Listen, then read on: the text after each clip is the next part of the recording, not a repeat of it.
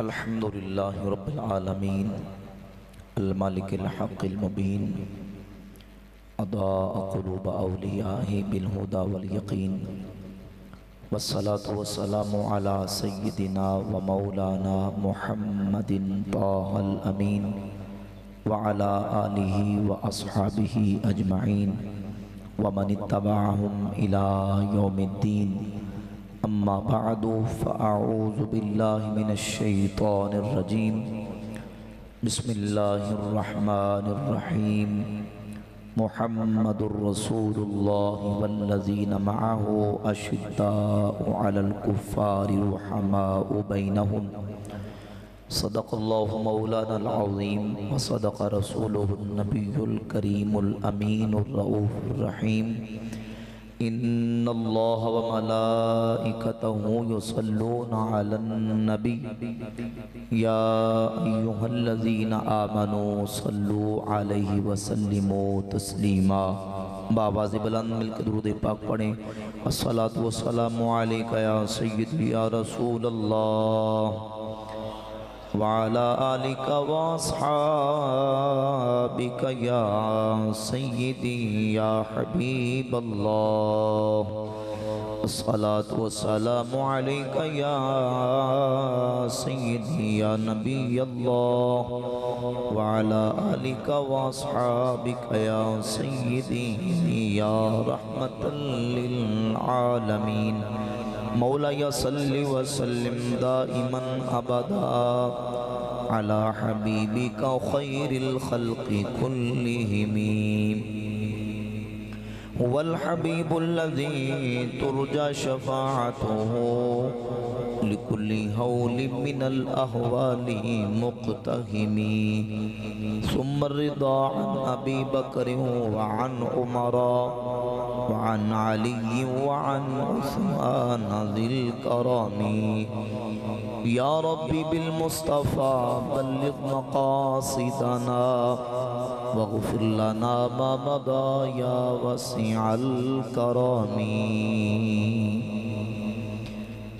اللہ رب العالمین جل وعلا مجدہ الکریم احکم الحاکمین کی حمد و ثنا حضور نبی کریم رؤوف الرحیم تاجدار انبیاء حبیب کبریاء احمد مجتبی جناب حضرت محمد مصطفیٰ صلی اللہ تعالی علیہ وعلا آلہ و اصحابہ وبارک وسلم کی بارگاہ اقدس میں درود و سلام کا نذرانہ پیش کرنے کے بعد معزز و محتشم سامعین و حاضرین برادران اسلام، آج کی یہ عظیم الشان علاقہ ٹھٹی شرکی کے چنور شہر کے اندر عظیم الشان عظمت صحابہ و اہل بیت کانفرنس کے اندر ہم سب شرکت کی سعادت حاصل کر رہے ہیں۔ اللہ رب العزت جل وعلا مجدہ الکریم کی بارگاہ اقدس میں دعا ہے اللہ تبارک و تعالی ہمیں نبی پاک صلی اللہ علیہ وآلہ وسلم کی اہل بیت اور حضور کے صحابہ کرام رضی اللہ تعالیٰ عنہم کا اسی طرح ذکر جمیل کرنے کی توفیق عطا فرمائے، اور آج کی اس عظیم الشان محفل پاک کو جن احباب نے منعقد کیا، انجمن محبان صحابہ و اہل بیت کے جتنے رفقاء جتنے ممبران ہیں، اہل ایمان اہل اسلام اہل محبت، اللہ رب العزت تمام کی ان کاوشوں کو اپنی بارگاہ میں قبول فرما کے دارین کی سعادتیں عطا فرمائے۔ برادرم بھائی عدنان سرور صاحب نے بندہ نچیز کو حکم دیا، ان کے حکم پر آپ کے سامنے میں آج کی اس محفل پاک کے اندر آپ کے سامنے عظمت صحابہ اہل بیت ان کا ذکر ان کی عظمت و شان بیان کرنے کے لیے حاضر ہوں۔ بڑی محبت توجہ کے ساتھ آپ سماعت فرمائیے گا۔ دوستان گرامی قدر، اللہ رب العزت کے فضل و کرم سے ہم اہل سنت و جماعت ایسا مبارک، ایسا پاکیزہ، ایسا معطر و منبر، ایسا خوشبوؤں والا عقیدہ رکھتے ہیں کہ نبی کریم صلی اللہ علیہ وآلہ وسلم کی جو بھی نسبت ہو وہ حضور کے صحابہ کو نسبت ملی، حضور کی اہل بیت کو نسبت ملی، مکہ کو نسبت ہے، مدینہ کو نسبت ہے، صحابہ اہل بیت ہم کہتے ہیں کہ ہمارے نزدیک ہمارے عقیدے کے مطابق جن جن چیزوں کو رسول اللہ سے نسبت حاصل ہو گئی وہ انسان ہوں یا حیوانات ہوں، وہ جمادات ہوں یا نباتات ہوں، وہ روڑے، وہ پتھر، وہ کینکریاں، وہ خاک، جس کی نسبت امام الانبیاء کی ذات سے ہو گئی، سب ہمارے نزدیک قابل احترام۔ آپ نے محبت سے گج بج کے کہنا سبحان اللہ، کیونکہ محمد سے نسبت بڑی چیز ہے، محمد سے نسبت بڑی چیز ہے، خدا دے یہ دولت بڑی چیز۔ جزاک اللہ، ذرا محبت سے سبحان اللہ کہہ دیں۔ حضور کی نسبت جسے مل گئی، اپنے ایمان سے اپنے سینے پہ ہاتھ رکھ کے اپنے ایمان ضمیر سے پوچھیں، ہم اس مٹی کو، اس خاک کو اپنی آنکھوں کا سرما بنانا سعادت نہیں سمجھتے؟ جس خاک پر رسول اللہ کے قدم لگے، جو کپڑا حضور کے بدن سے مس کر جائے، اس کپڑے کو ہم آنکھوں سے لگانا اپنی سعادت اور معراج نہیں سمجھتے؟ ایسے ہی ہے نا جی، جب خاک کا ادب و احترام کریں، کپڑوں کا ادب و احترام کریں، اور ہم ان روڑوں پتھروں کی تعظیم کریں جن کی نسبت رسول اللہ کی ذات اقدس سے ہے، تو پھر صحابہ اہل بیت کی محبت ہمارے دلوں میں کتنی زیادہ ہو، پھر امام حسن و حسین کا مقام ہمارے عقیدے میں کتنا بلند و بالا ہوگا، پھر صدیق و فاروق عثمان و علی کا مقام و مرتبہ اور ان کی محبت اور ان کا ادب و تعظیم و اکرام و احترام کتنا بڑھ کر ہوگا، جنہیں رسول اللہ کی اتنی نسبت حاصل ہے۔ بالخصوص ابو بکر صدیق رضی اللہ تعالیٰ عنہ، جو مکہ میں میرے نبی کے ساتھ ہیں، جو مدینہ میں میرے مصطفیٰ کے ساتھ ہیں، جو سفر میں رسول اللہ کے ساتھ ہیں، جو حضر میں میرے نبی کے ساتھ ہیں، جو 14 صدیوں سے مصطفیٰ کے ساتھ لیٹے ہوئے، جن کو اتنی نسبت، حضور کے 1.25 لاکھ صحابہ میں سے 1.25 لاکھ صحابہ میں سے نبی کریم علیہ السلام کی سب سے زیادہ صحبت جس ہستی کو میسر آئی ہے اس کا نام ابو بکر صدیق ہے۔ تقریباً زندگی کے 40 سے زیادہ سال ابو بکر صدیق رضی اللہ تعالیٰ عنہ کو اللہ نے اپنے محبوب کی صحبت سے مشرف فرما دیا۔ جسے ایک لمحہ ملے، توجہ کیجئے، صحابہ اہل بیت کا مقام انشاءاللہ کٹھا بیان ہوگا، جسے ایک لمحہ رسول اللہ کی صحبت مل جائے، حضور کا دیدار حاصل ہو جائے اور اس پر اللہ کے رسول کی نظر پڑ جائے، امام ابن حجر مکی حتمی فتاوی حدیثیہ میں لکھتے ہیں، فرماتے ہیں ان شرف الصحبت والرؤیت لرسول اللہ صلی اللہ علیہ وآلہ وسلم لا یعادلہ عمل ولا یوازیہ شرف۔ فرماتے ہیں ایک لمحہ رخ مصطفیٰ کو دیکھ لینا یہ اتنا بڑا عمل ہے، دنیا کا کوئی عمل اس عمل کا مقابلہ نہیں کر سکتا، یہ اتنا بڑا شرف ہے، دنیا کا کوئی شرف کسی شرف کا موازنہ کر ہی نہیں سکتا۔ جسے ایک لمحہ ملی، جسے ایک لمحہ آنے واحد، ایک لمحہ رسول اللہ کی ایمان کی حالت میں صحبت مل گئی اور ایمان سے دنیا سے چلا گیا، قیامت تک آنے والے غوث، قطب، ابدال، اخیار، اوتاد، ابرار، اغواس، بڑے بڑے اولیاء اس صحابی کے مرتبے تک نہیں پہنچ سکتے جسے ایک لمحہ ملی ہو۔ اس کی شان یہ ہے جس نے 40 سال سے زیادہ رسول اللہ کی صحبت پائی ہو، اس صدیق اکبر کے مقام و مرتبے کا اندازہ کون کر سکتا ہے؟ ذرا محبت سے کہہ سبحان اللہ۔ جسے ایک لمحہ ملی ہو اس کے مرتبے تک کوئی نہیں پہنچ سکتا۔ توجہ کیجئے ذرا، ایک لمحہ صدیق اکبر کا مقام، ابو بکر صدیق کا مرتبہ سنیے، نبی پاک صلی اللہ علیہ وآلہ وسلم کے صحابہ، سارے صحابہ عظمت و شان والے، رفعت و مقام والے، مدارج و معارج والے، عظمت و شان والے۔ توجہ کیجئے، ذرا کمپیریزن کریں، ایک لمحہ ملے تو مقام یہ ہے، تو جس نے 10 سال حضور کی خدمت میں گزارے ہوں، جس نے 10 سال اور صرف جلوت نہیں، رسول اللہ کی خلوت بھی پائی ہو، حضور کی جلوت بھی پائی ہو۔ میری مراد حضرت انس بن مالک صحابی رسول رضی اللہ تعالیٰ عنہ، کتنے بڑے صحابی ہوں گے، کوئی 1-2 دن کی بات نہیں، 10 سال اللہ کے محبوب کی صحبت میں رہے تو کتنا بلند مقام ہوگا۔ کتنا رتبہ بلند ہوگا. لیکن ان سے پوچھیں کہ آپ بتائیں ابو بکر صدیق کا کیا مقام ہے, حضرت عمر کا کیا مقام ہے. صحیح بخاری کے اندر حدیث ہے, حدیث مشہور آپ نے سنی, میں اگلا حصہ سنانا چاہتا ہوں. نبی پاک علیہ السلام نماز پڑھ کے مسجد سے باہر نکلنے لگے. ابھی حضور مسجد کے دروازے پر پہنچے تو سیدنا انس بن مالک رضی اللہ تعالیٰ عنہ فرماتے ہیں کہ ایک شخص عربی پینڈو اللہ کے رسول کی بارگاہ میں آئے. صحیح بخاری کی حدیث ہے اور حدیث کے متعدد طرق صحیح بخاری کے اندر موجود ہیں. وہ پینڈو عربی بدو آ کے اللہ کے رسول کی بارگاہ میں سوال کرتے ہیں, حضور یہ بتائیں متی الساعۃ, قیامت کب آئے گی, قیامت کی دعا ہونی ہے حضور دسیو. میرے کریم آقا علیہ السلام نے فرمایا ما اعددت لہا, اے قیامت کا سوال کرنے والے یہ بتا تو نے قیامت کے لیے تیار کیا کیا ہے. تو ایک طریق کے اندر لفظ ہیں, از کہتے ہیں ما اعددت لہا کبیر سیام ولا صلاۃ ولا صدقۃ ولکنی احب اللہ ورسولہ. حضور میں نے بہت زیادہ نمازیں, بہت زیادہ روزے, بہت زیادہ خیرات تو نہیں کی, پر اتنی بات ضرور ہے کہ میں اللہ اور اس کے رسول سے محبت بڑی کرتا ہوں.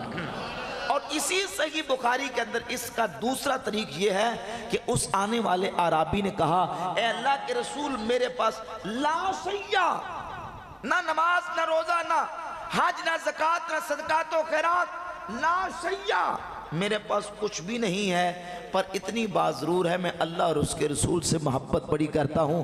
تو میرے کریم آقا علیہ السلام نے فرمایا انت مع من احببتا, تو جس کے ساتھ محبت کرتا ہے قیامت کے دن اسی کے ساتھ ہوگا. یہ حدیث کا اتنا حصہ عام طور پہ پڑھا جاتا ہے, آپ نے سنا 12 مرتبہ, لیکن توجہ کیجئے اگلا حصہ یہ ہے. حضرت انس بن مالک 10 سال رسول اللہ کی صحبت پانے والے, حضور کی خلوت و جلوت پانے والے انس بن مالک کہتے ہیں لوگوں جب سے رسول اللہ نے یہ فرمان جاری کیا مجھے اتنی خوشی کسی موقع پر حاصل نہیں ہوئی. اور سن لو اگرچہ میرے اعمال ان جیسے نہیں, لیکن انی احب النبی و ابا بکر و عمرہ, میں اللہ کے نبی سے محبت کرتا ہوں, میں ابو بکر سے محبت کرتا ہوں, میں عمر سے محبت کرتا ہوں. میرے عمل ان جیسے تو نہیں ہیں, لیکن امید کرتا ہوں اللہ مجھے اپنے نبی اور ابو بکر و عمر کے ساتھ جنت میں جمع فرما دے. حضرت انس بن مالک صحابی 10 سال رسول اللہ کی صحبت پانے والے, وہ بھی یہ تمنا کر رہے ہیں, وہ بھی اشتیاق رکھتے ہیں اور ان کے دل میں چاہت ہے کہ قیامت کے دن اللہ کے محبوب کا ساتھ مل جائے, ابو بکر و عمر کا ساتھ مل جائے. یہ ہے صدیق اکبر و فاروق اعظم کی عظمت و شان. ہم تو اللہ کے فضل و کرم سے حضور کی ہر نسبت کو ماننے والے ہیں. ہم کہتے ہیں ایک لمحہ ملے تو اس کے مقام تک کوئی نہیں پہنچ سکتا, تو ایمان سے بتائیں پھر امام حسن کا مقام کتنا بلند ہوگا, امام حسین کا رتبہ کتنا بلند ہوگا, جن کے کان میں اذان میرے نبی نے پڑھی, جن کو گٹی میرے مصطفیٰ نے دی, جن کا نام رسول اللہ نے خود رکھا, اور جن کو حضور نے اپنی پشت پہ کھلایا, اور جن کو حضور نے اپنے سینے پہ کھلایا. اس حسن و حسین کی عظمت و شان کا اندازہ کون کر سکتا ہے, جن کی عظمت و شان یہ ہے کہ اللہ نے اپنے محبوب کا مبارک ہو لیا, اپنے نبی کے نواسوں امام حسن کو آدھا عطا فرما دیا, آدھا امام حسین کو عطا فرما دیا. صحیح بخاری کے اندر 3750 نمبر حدیث ہے, اور مسند احمد ابن حنبل کے اندر 41 نمبر حدیث ہے. عقبہ بن حارث رضی اللہ تعالیٰ عنہ فرماتے ہیں سیدنا ابو بکر صدیق رضی اللہ تعالیٰ عنہ عصر کی نماز پڑھ کے مسجد سے باہر نکلے. توجہ کیجئے, فرماتے ہیں کہ جب ابو بکر صدیق خلیفۃ المسلمین عصر کی نماز پڑھ کے مسجد شریف سے باہر نکلے تو اکیلے ابو بکر صدیق نہیں تھے, حضرت ابو بکر کے ایک پہلو میں مولا علی بھی موجود تھے. علی پاک خود ساتھ تھے. میں نے دیکھا حضرت ابو بکر صدیق آگے بڑھے, اور یہ وقت پتہ کون سا, عصر کی نماز کے بعد کی بات ہے, اور یہ ایام کون سے ہیں. عقبہ بن حارث کہتے ہیں ابھی نبی پاک علیہ السلام کے وصال اقدس کو چند راتیں گزری تھیں. نقطہ سمجھے ذرا, چند بولے, چند 2 4 5 10 دن, کچھ چند راتیں گزری تھیں. ایک طرف یہ نظریہ بیان کیا جاتا ہے کہ گویا کہ مولا علی ابو بکر صدیق سے ناراض تھے، ان کے ساتھ دشمنی تھی، عداوت تھی. یہ بخاری کی حدیث ہے 3750 اور مسند احمد کی 41 نمبر حدیث ملا کے بیان کر رہا ہوں. عقبہ بن حارث کہتے ہیں حضور کے وصال کو ابھی چند راتیں گزری تھیں کہ صدیق اکبر عصر کی نماز پڑھا کے مسجد سے نکلے. مولا علی بھی ابو بکر صدیق کے ساتھ تھے. جب بازار میں گلی میں گئے دیکھا کہ حضور کے نواسے حضرت امام حسن مجتبیٰ بچوں کے ساتھ کھیل رہے تھے. صدیق اکبر آگے بڑھے اور آگے بڑھ کے امام حسن کو اٹھایا اور اپنے کندھوں پہ بٹھا لیا اور بٹھا کے کہنے لگے بے ابی شبیہم بالنبی لیس شبیہم بعلی. میرا باپ حسن پر قربان ہو جائے، حسن کی صورت علی سے نہیں، حسن کی صورت میرے مصطفیٰ سے ملتی ہے. وَعَلِيٌّ يَتَبَسَّمُ وَعَلِيٌّ يَدْحَقُ حدیث کے اندر لفظ موجود ہے. جب ابو بکر صدیق نے حضرت امام حسن مجتبیٰ کے ساتھ اپنی والہانہ محبت و عقیدت کا مظاہرہ کیا، اللہ اکبر کبیرہ، صدیق اکبر نے اپنی محبت کا اظہار کیا.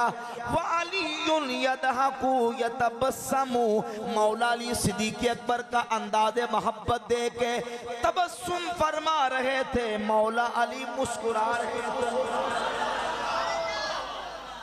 دشمنی نہیں، عداوت نہیں، اور یہ کوئی اخباری رپورٹ نہیں، قصہ کہانی نہیں. صحیح بخاری لے آئے 3750 نمبر، مسند احمد کی 41 نمبر حدیث ہے، صحیح حدیث ہے.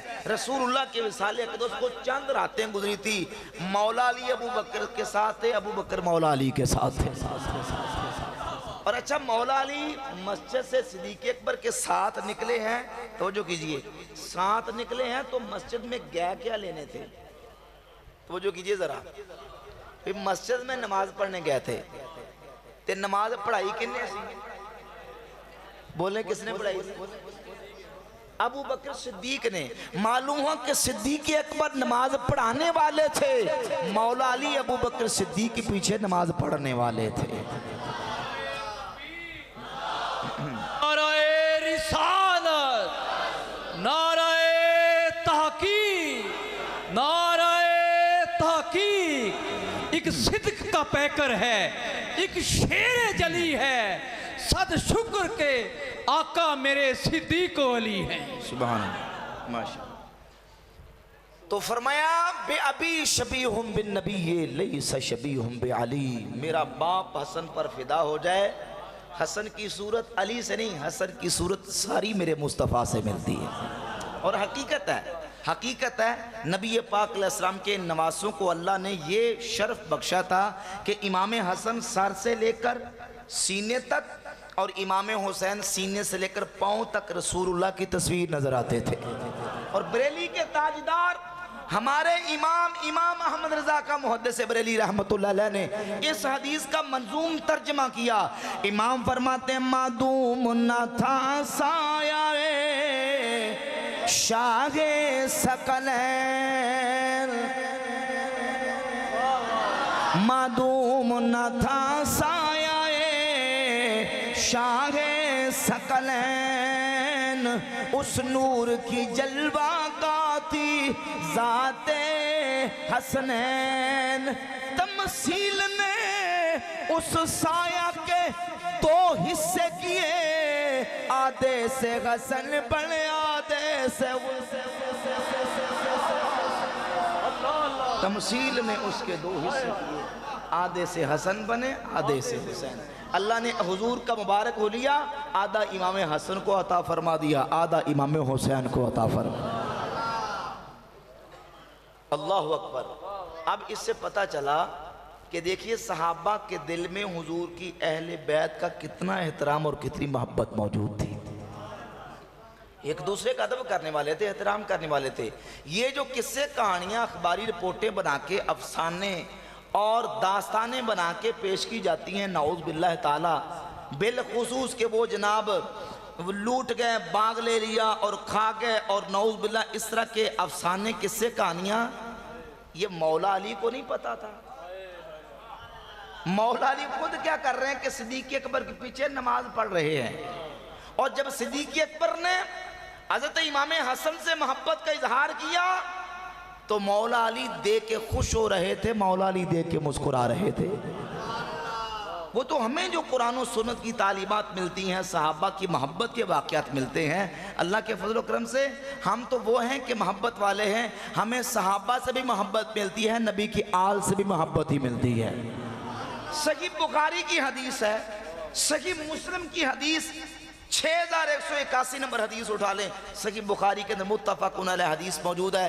سیدنا عبداللہ ابن عباس رضی اللہ تعالیٰ عنہما فرماتے ہیں کہ جب حضرت عمر پاک رضی اللہ تعالیٰ کی شہادت ہوئی تو حضرت عمر رضی اللہ تعالیٰ کا جو جسد اقدس ہے وہ چارپائی پہ پڑا ہوا تھا، صحابہ آ رہے تھے اور آ کے حضرت عمر کے لیے دعا کر رہے تھے اور ساتھ حضرت عمر فاروق کی تعریف کر رہے تھے۔ تو جو میری طرف رکھیے، ذرا تھوڑا سا نقشہ تصور بنائیں، میں حدیث آپ کے سامنے بیان کر رہا ہوں۔ فرماتے ہیں میں نے دیکھا کہ صحابہ آ کے حضرت عمر کے لیے دعا کر رہے تھے اور ساتھ حضرت عمر رضی اللہ تعالی عنہ کی تعریف کر رہے تھے۔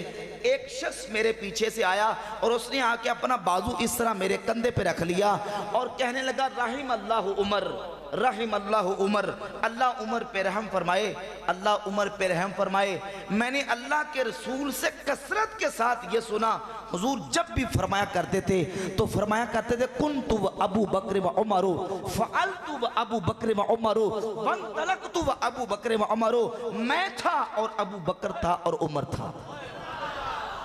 اس جملے کی چاشنی اور لذت کو سمجھیں، ذرا تصور کریں کہ حضور جب بھی کوئی اپنا واقعہ بیان کرتے، حضور کہیں گئے، کہیں سے آئے، کہیں چلے، کوئی کام کیا تو رسول اللہ صلی اللہ علیہ وآلہ وسلم فرمایا کرتے تھے کنتو و ابو بکر و عمر، میں تھا اور ابو بکر تھا اور عمر تھا، میں نے کیا اور ابو بکر نے کیا اور عمر نے کیا۔ وانطلقت و ابو بکر و عمر، میں چلا اور ابو بکر چلا اور عمر چلا۔ اللہ اکبر۔ حضرت عبداللہ بن عباس کہتے ہیں کہ وہ شخص جو پیچھے سے یہ کہہ رہا تھا نا، صحابہ سارے آئے تھے، جو آئے وہاں کھڑے حضرت عمر کے لیے دعا کر رہے تھے، ساتھ تعریف بھی کر رہے تھے، تو میں نے دیکھا پیچھے پلٹ کے یہ کون ہے جو حضرت عمر کے بارے میں اتنے فضائل بیان کر رہا ہے۔ فرماتے میں نے پیچھے پلٹ کے دیکھا فَإِذًا هُوَ عَلِيُّ بْنُ أَبِي طَالِبٍ، وہ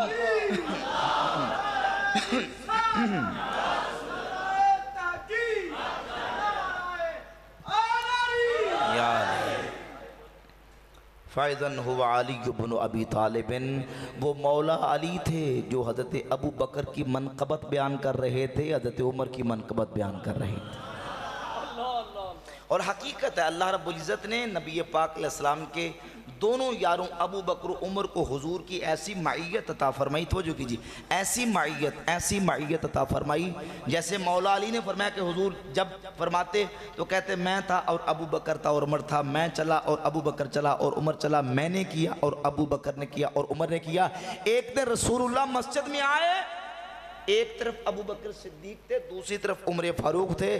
صحابہ سے فرمایا اے میرے صحابہ، ہاں قضا نبعث یوم القیامہ، یعنی آج کا منظر یاد کر لو، جس طرح آج مسجد میں آیا ہوں قیامت کے دن بھی اسی طریقے سے آؤں۔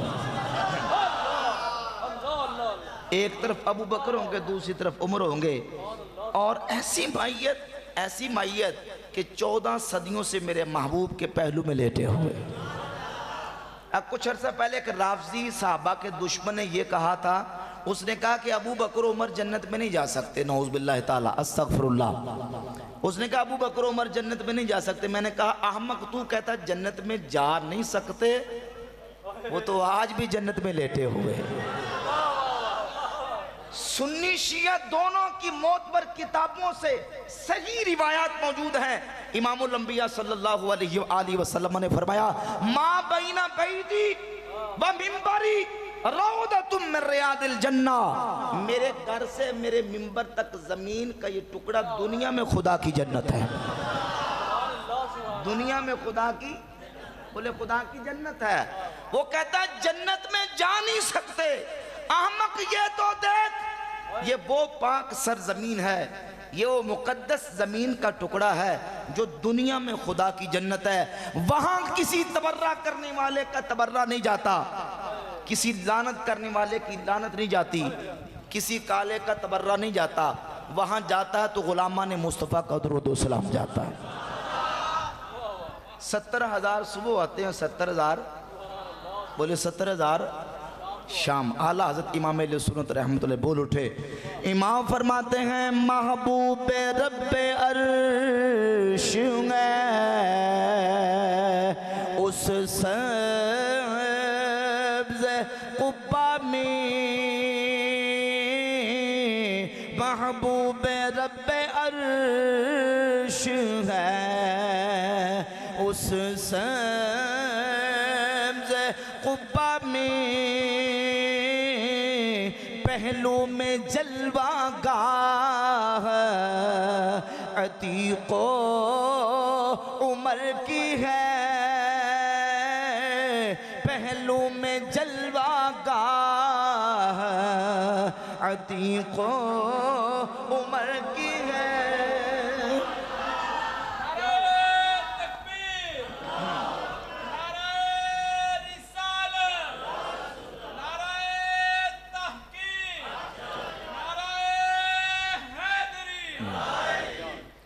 سیدنا امام زین العابدین سید الساجدین رضی اللہ تعالیٰ عنہ سے کسی نے پوچھا، مسند احمد ابن حنبل کی 30 جلد کے اندر روایت موجود ہے، فضائل الصحابہ میں امام احمد ابن حنبل اس روایت کو لے کے آئے۔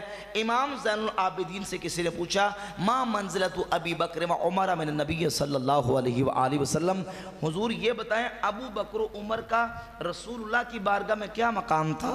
تو امام زین العابدین نے چھوٹے سے جملے میں جواب دیا، فرمایا منزلتہما ساعہ، جو اب مقام ہے، جو اب کیا مقام ہے، دونوں حضور کے پہلو پہ لیٹے ہوئے ہیں۔ پنجابی میں اعظم چشتی لکھتے ہیں کہ شان صدیق فاروق دا کی دساں کیتا اللہ نے جنہ دا اچا مقام، اے شان صدیق فاروق دا کی دساں کیتا اللہ نے جنہ دا اچا مقام، اے سبز گنبد دے تھلے جو بچدی سی تھا میرے آقا دے یاراں دے کم آ گئی، میرے آقا دے یاراں دے کم آ گئی۔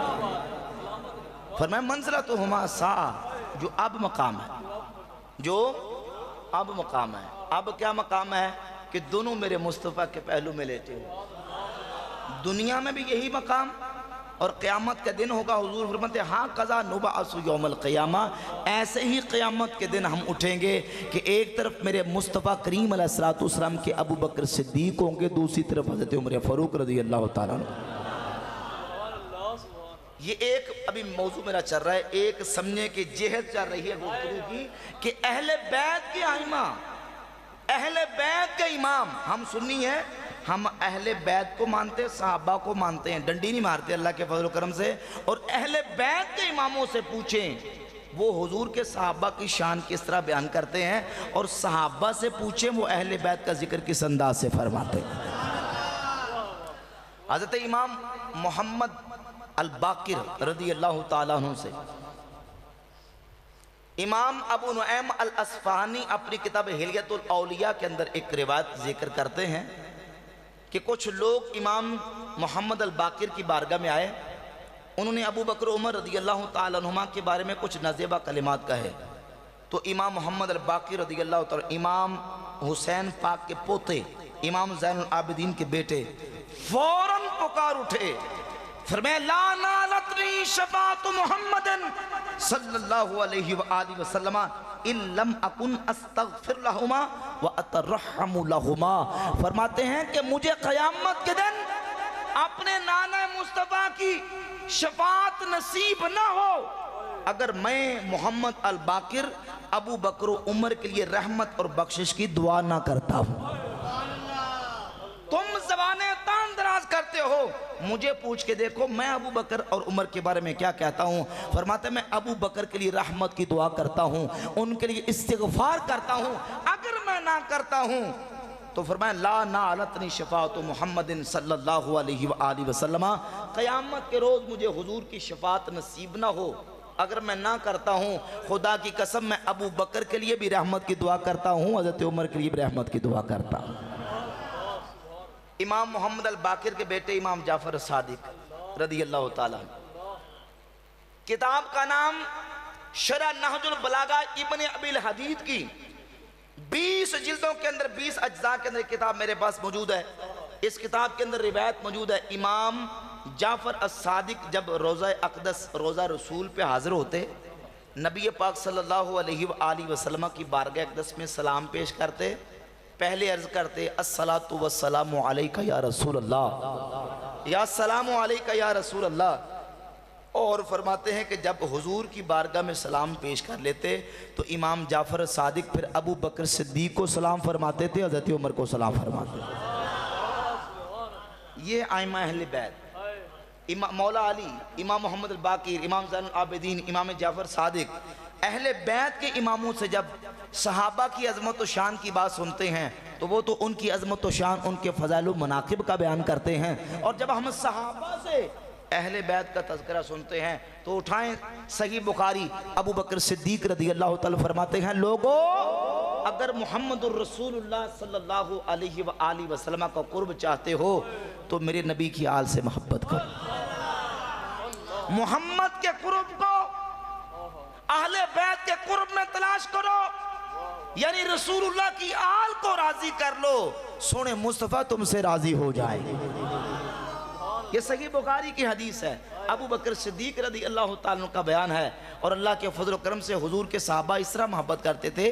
ایک موٹی سی بات جو ہر بندے کے ذہن دماغ میں آ سکتی ہے, جتنی اہل بیت کی شان و عظمت کی حدیثیں آج ہم تک پہنچی ہیں وہ حضور کے صحابہ کے ذریعے سے پہنچی.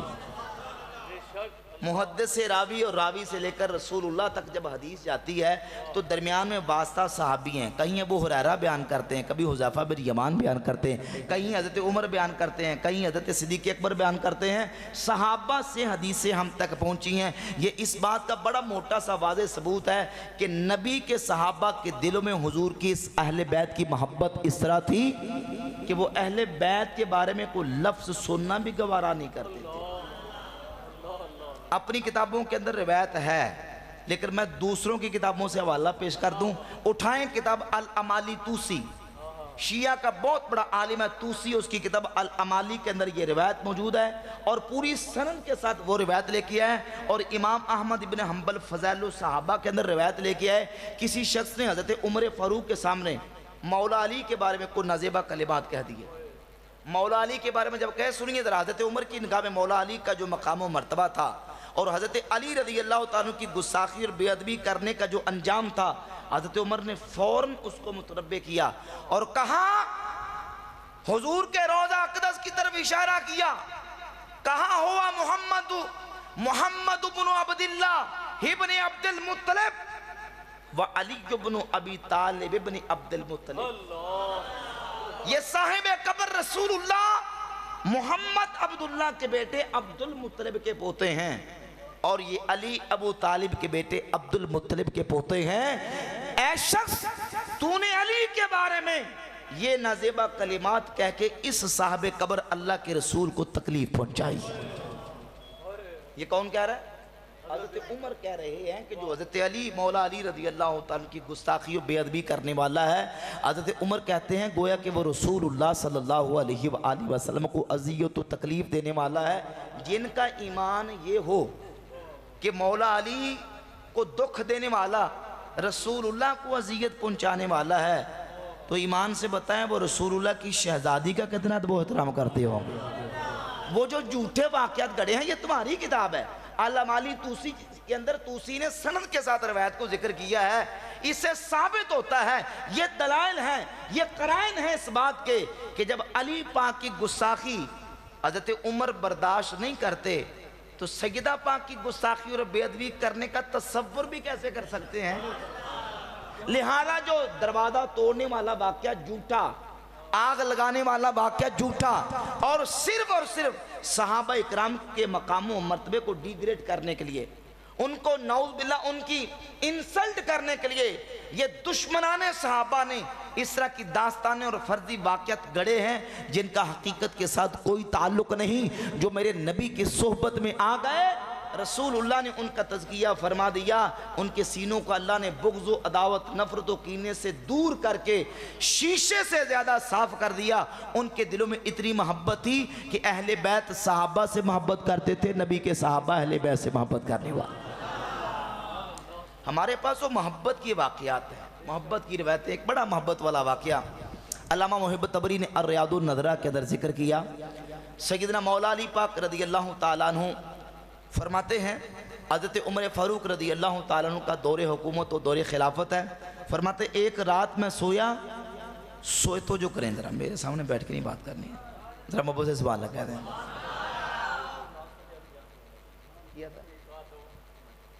اس کو چھوڑ کے اور سنو, ٹھیک ہو گیا, ٹھیک ہے, یہی کہہ رہے ہیں, پہلے بیان کیا تھا, اصل میں میرے خیال 2 سال پہلے کی بات. اچھا بات ٹھیک ہے. تو نبی پاک صلی اللہ علیہ وآلہ وسلم کے صحابہ حضور کی آل کا کتنا ادب و احترام کرتے تھے, ان کی رسپیکٹ کرتے تھے.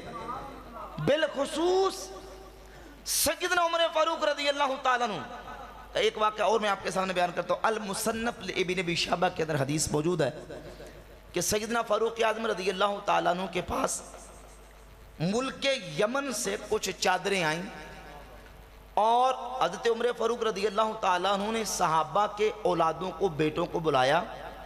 اس غرض سے بلایا کہ یہ چادریں میں ان کو تقسیم کر دوں, ان کو دے دوں. صحابہ کے بیٹے چادریں لینے کے لیے آئے.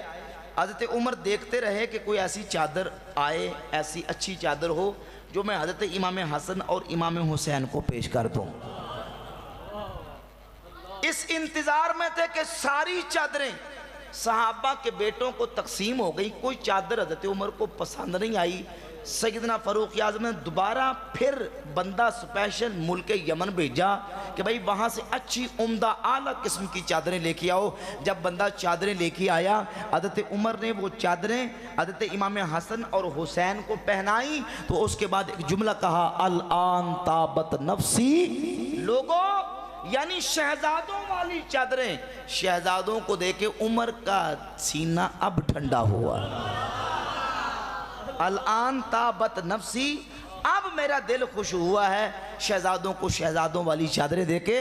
اور حضرت عمر فاروق نے اپنے دور خلافت میں جو وظیفہ بڑے اجلہ صحابہ اکابرین کو دیا جاتا تھا, اکابرین بڑے صحابہ کو دیا جاتا تھا, جو بدری صحابہ تھے, اجلہ صحابہ تھے, وہی وظیفہ سیدنا فاروق اعظم رضی اللہ تعالی عنہ نے حضرت امام حسن و حسین پاک رضی اللہ تعالی عنہما کا مقرر کیا تھا.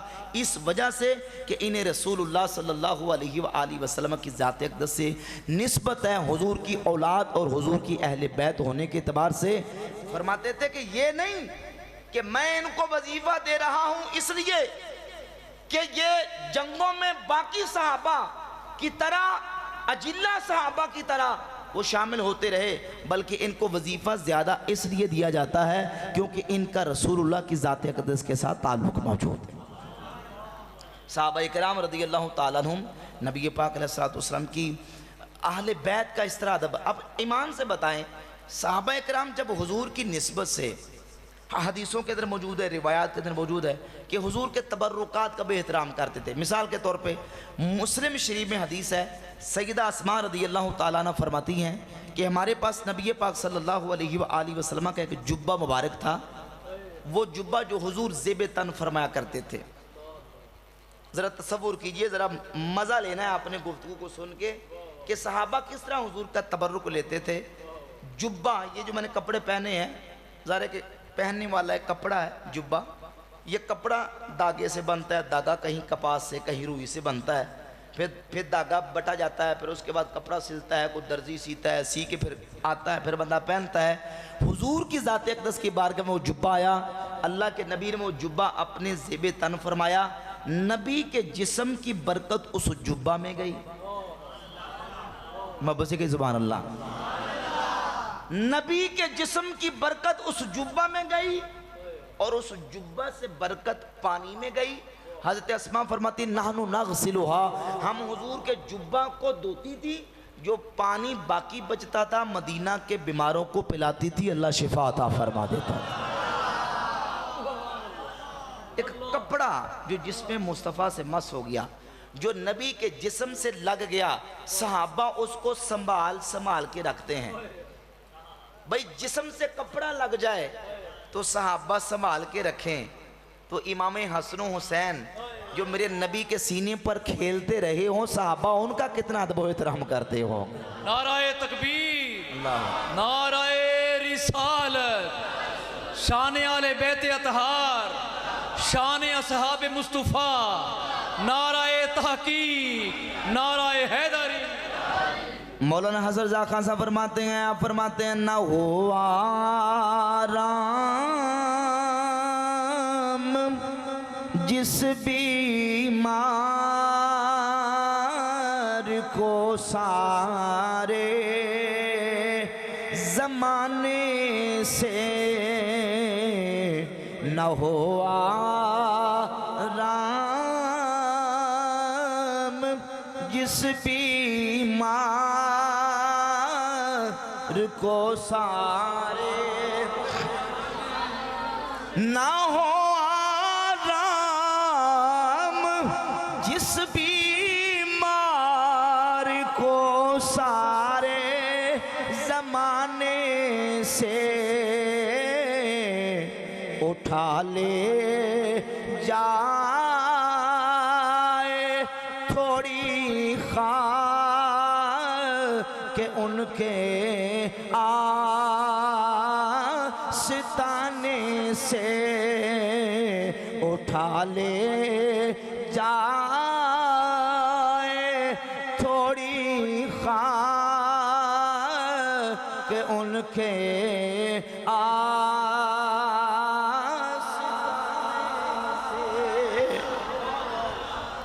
حضور کے کپڑوں سے برکت لیتے تھے۔ کپڑا نبی کے جسم سے مس ہو گیا۔ حضرت سیدنا عبداللہ ابن عمر رضی اللہ تعالیٰ عنہما، صحابی رسول، محب السنہ، رجل صالح، کتنی بڑی عظمت و شان ہے۔ قاضی عیاض نے الشفاء میں اور امام ابن حبان نے کتاب الثقات میں یہ واقعہ اس روایت کو ذکر کیا۔ عبداللہ ابن عمر صحابی رسول جب مسجد نبی شریف میں حاضر ہوتے تھے تو حضور کے ممبر کے پاس آتے، ممبر کی جس لکڑی پر رسول اللہ صلی اللہ علیہ وآلہ وسلم بیٹھا کرتے تھے، عبداللہ ابن عمر اس لکڑی پر ایسے ہاتھ پھیر کے اپنے منہ پہ مال لیا کرتے تھے، کیونکہ یہ لکڑی ہے لیکن اس لکڑی کو اللہ کے رسول سے نسبت ہو گئی ہے۔ اچھا اپنی ایمان سے بتائیں، جب لکڑی کی نسبت رسول اللہ سے ہو تو صحابہ ہاتھ پھیر کے منہ پہ ملتے ہیں، کپڑوں کو دو دو کے پانی بچتا پیتے تھے تاکہ بیماریوں سے اللہ شفا عطا فرما دے۔ تو کی خیال ہے نبی دی آل نہ کوئی وفا نہیں کر دے ان کو؟ امام حسن و حسین کے ساتھ کوئی محبت نہیں؟ اگر محبت دیکھ رہی ہے تو آؤ۔ امام صحابی نے سیر علام نبلا میں نقل کیا، حضرت ابو ہریرہ محدث امت جب دیکھا امام حسن مجتبیٰ ایک جنازے میں شریک ہیں، دیکھا کہ امام حسن حضور کے نواسے کے پاؤں کو مٹی لگی ہوئی ہے، حضرت ابو ہریرہ نے اپنی پگڑی کھولی، سبحان اللہ کہہ دو ذرا بابا نام، اپنا امامہ کھولا اور امامہ کھول کے ابو ہریرہ نے حضرت امام حسن کے پاؤں کو صاف کرنا شروع کر دیا۔ کیوں؟ اس لیے کہ میرے مصطفیٰ کے نواسے ہیں، یہ وہ ہیں جن کو رسول اللہ نے اپنے سینے پر کھلایا ہوا، یعنی وقت کا محدث، رسول اللہ صلی اللہ علیہ وآلہ وسلم کی حدیثوں کے حافظ، امت کے محدث ہیں۔ لیکن امام حسن کے ساتھ محبت کا معاملہ یہ ہے کہ جب امام حسن پاک کو دیکھا تو آگے بڑھے اور امامہ کھول کے کپڑا لیا اور کپڑا لے کے امام حسن کے پاؤں کو صاف کرنا شروع کر۔ یہ ہے حضور کی اہل بیت کے ساتھ حضور کے صحابہ کی محبت، نبی پاک علیہ السلام کی اہل بیت کے ساتھ محبت و تعظیم و اکرام و احترام جس طرح صحابہ نے کیا ہے، قیامت کی صبح تک اس کی کوئی مثال پیش کر سکتا، کیونکہ نبی پاک علیہ السلام کے صحابہ حضور کے سچے عاشق تھے، محب صادق تھے، اور محبت صادقہ کا یہ تقاضا ہے کہ جب محبوب سے سچی محبت ہو جائے تو پھر محبوب کی نسبتوں سے محبت بھی ہوتی ہے، محبوب کی صورت سے محبت بھی ہوتی ہے، محبوب کی سیرت سے محبت بھی ہوتی ہے، محبوب کے طریقے سے محبت ہوتی ہے، محبوب کی اداؤں سے محبت ہوتی ہے، محبوب کی گلی سے محبت ہوتی ہے، محبوب کے محلے سے محبت ہوتی ہے، محبوب کے گھر بار سے، علاقے، کنبہ، خاندان، ہر چیز سے محبت ہوتی ہے۔ جب صحابہ کو اللہ نے محبوب کی صحبت کے لیے ان کے دلوں کو پرکھ کے پسند فرمایا، محبت سے سبحان اللہ کہیے ذرا۔ مسند احمد ابن حنبل کی حدیث ہے، سیدنا عبداللہ ابن مسعود رضی اللہ عنہ فرماتے ہیں، ان اللہ ناظر قلوب العباد فوجد قلب محمد صلی اللہ علیہ وآلہ وسلم خیر قلوب العباد، اللہ نے مخلوق کے دلوں کی طرف نظر فرمائی، رب نے مخلوق کے دلوں میں سے اپنے نبی کے دل کو اپنے لیے پسند فرما لیا، اللہ نے پھر مخلوق کے دلوں کی طرف نظر فرمائی تو رب نے نبی کے صحابہ کے دلوں کو اپنے نبی کے لیے پسند فرما لیا۔ اعلیٰ حضرت عظیم البرکت فرماتے ہیں محب اگر سچا ہو اور قادر ہو، توجہ کیجئے، بڑا جملہ، 12 جملہ ہے، محب اگر سچا، اس کی محبت سچی ہو، اگر وہ قادر بھی ہو، طاقت رکھتا ہو، تو محب کبھی اپنے محبوب کو بری صحبت میں نہیں بیٹھنے دیتا، جنہوں سمجھے اس سبحان اللہ کہہ دے۔ فرماتے ہیں رب مصطفیٰ کا محب ہے، حضور رب کے محبوب ہیں، اور وہ قادر اتنا ہے کہ قادر و قدیر فعال لما یرید ہے، اس کی غیرت کیسے گوارا کرے گی کہ محبوب کی صحبت میں برے لوگ بیٹھیں، اللہ نے صحبت کے لیے مصطفیٰ کو یار بھی پسند کر کے عطا فرمائے،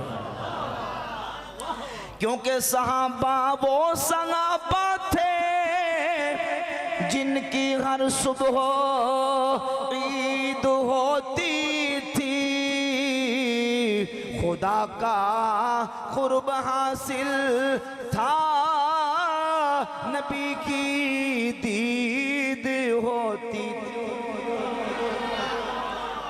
حضور کے صحابہ اللہ رب العزت نے محبوب کو پسند کر کے عطا فرمایا، اور نبی پاک صلی اللہ علیہ وآلہ وسلم کے صحابہ کو اللہ نے حبیب کے لیے پسند کیا، بولے حبیب کے لیے پسند کیا ہے۔ اللہ نے نبی پاک علیہ السلام کو ہر چیز ہی عرف و اعلیٰ برتر و بالا عطا فرمائی، میرے محبوب کو شریعت دی تو باقی نبیوں کی شریعت سے اعلیٰ، ذرا سبحان اللہ کہنے جو۔ یہاں سے ختم نبوت کا عقیدہ بھی بڑا مضبوط ہوتا ہے، اور یہاں نقطہ ہے عقیدہ ختم نبوت کے حوالے سے کہ حضور کو ہر چیز اعلیٰ دی ہے، شریعت دی تو سب نبیوں کی شریعتوں سے اعلیٰ، کتاب دی تو سب کتابوں سے اعلیٰ، نظام دیا تو سب نظاموں سے اعلیٰ، یار دیے تو سب نبیوں کے یاروں سے اعلیٰ، امت دی تو سارے نبیوں کی امتوں سے اعلیٰ، کنتم خیر امت اخرجت للناس تأمرون بالمعروف وتنہون عن المنکر، یہ امت بھی سارے نبیوں کی امتوں سے، بولے سارے نبیوں کی امتوں سے، آل بھی اعلیٰ، اصحاب بھی اعلیٰ، کتاب بھی اعلیٰ، شریعت بھی اعلیٰ، زمانہ بھی اعلیٰ، امت بھی اعلیٰ، صورت بھی اعلیٰ، سیرت بھی اعلیٰ، صورت بھی اعلیٰ، کسی چیز میں کوئی کمی نہیں۔ چنیوڑ چ بیٹھے ہو ذرا سمجھو ذرا بات میں، کوئی کمی، کیونکہ ختم نبوت کے منکرین اس علاقے میں زیادہ ہیں۔ اب سمجھئے جس نبی کا ہم کلمہ پڑھتے ہیں اللہ نے ان کو نبوت دی تو نبوت عامہ، کسی مخصوص علاقے کے لیے نہیں، کسی مخصوص قبیلے کے لیے نہیں، کسی مخصوص زمانے کے لیے نہیں، کسی مخصوص علاقے کے لیے نہیں۔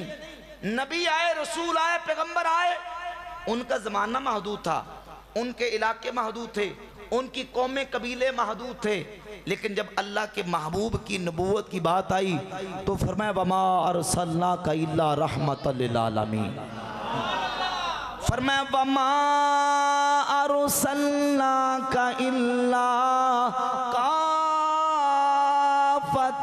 لِلنَّاسِ بَشِيرًا وَنَذِيرًا۔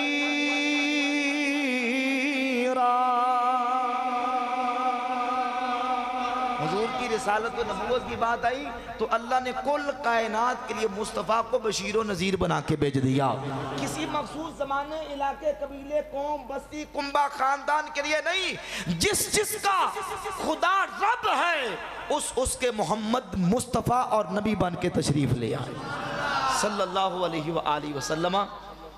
نبی پاک علیہ السلام کو اللہ نے ہر چیز اعلیٰ دی، اب حضور کی کسی چیز میں کوئی کمی، کوئی انکمپلیٹ نہیں ہے چیز، ساری کمپلیٹ اور مکمل دی ہیں، اور قیامت کی صبح تک انسانیت کو جتنی رہنمائی کی ضرورت ہے ہدایت کی، اللہ نے وہ ساری ہدایت کی ضرورتیں اپنے حبیب پر پوری فرما دی۔ اب کسی نئے نبی کے آنے کی ضرورت ہے، بولے ضرورت ہے، کتاب بھی اعلیٰ، سیرت بھی اعلیٰ، صورت بھی اعلیٰ، نبی ہیں تو نبیوں کے امام، اور حسین ہیں تو حبیب رب العالمین ہیں۔ کسی نے بڑا خوب کہا کہ وہ نبیوں میں نبی ایسے امام الانبیاء ٹھہرے، مل کے پڑھیے وہ نبیوں میں نبی ایسے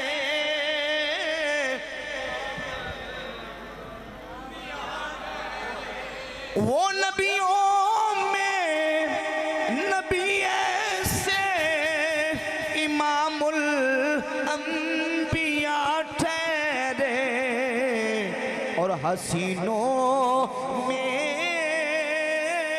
ہنسی ایسے کہ محبوب خدا نعرہ تکبیر، نعرہ رسالت، نعرہ رسالت، نعرہ تحقیق، نعرہ حیدری، عظمت و شان مصطفیٰ۔ جب کوئی کمی ہی نہیں تو اب کسی نئے نبی کے آنے کی ضرورت ہے، بولے ضرورت ہے۔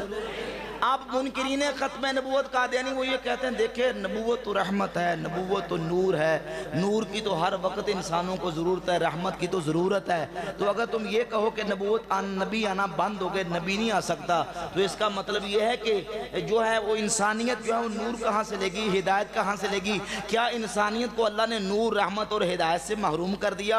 ہم کہتے ہیں ذرا عقل کے ناخن اور ہوش کے ناخن لو، آنکھیں کھولو۔ ہم کب یہ کہتے ہیں کہ انسانیت ہدایت اور نور سے محروم ہو گئی؟ ہم کہتے ہیں کبھی انسان روشنی لیتا ہے بلب سے، کبھی ٹیوب لائٹ سے، کبھی زیادہ ضرورت ہو تو راڈ لگا لیتا ہے، کبھی بڑے بڑے راڈ لگا کے روشنی حاصل کرتا ہے، لیکن یہ سب اس وقت ہوتا ہے جب دوپہر کا سورج چمک نہ رہا ہو۔ یوں سمجھ آئیے، سبحان اللہ کہے گا بھئی، یہ سب اس وقت کہ جب دوپہر کا سورج نہ چمک رہا ہو، اور جب دوپہر کا سورج چمک رہا ہو، روشنی پھیلا رہا ہو، نور بکھیر رہا ہو، تو پھر بلب کی ضرورت اور حاجت نہیں، پھر ٹیوب لائٹ کی حاجت نہیں۔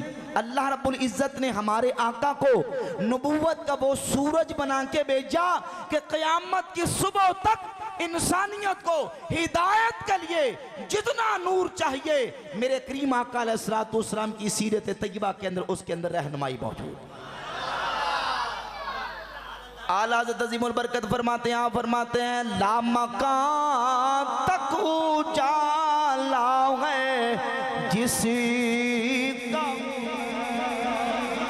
لا مکان تک اجالا ہے جس کا وہ ہے مکان تک اجالا ہے جس کا وہ ہے، ہر مکان کا اجالا ہمارا نبی، مل کے بولیے ہر مکان کا اجالا سب سے اولا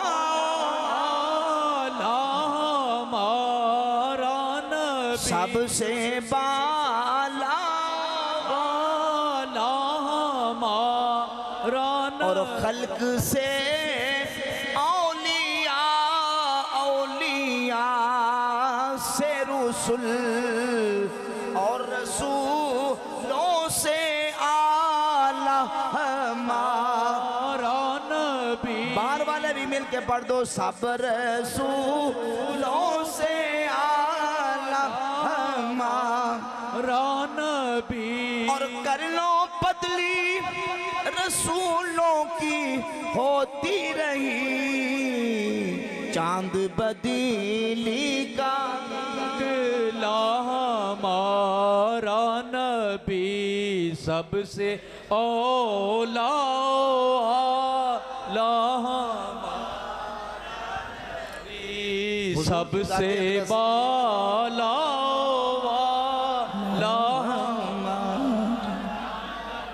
بھائی نبی پاک علیہ السلام کے بعد کسی نبی کا پیدا ہونا تو دور کی بات ہے۔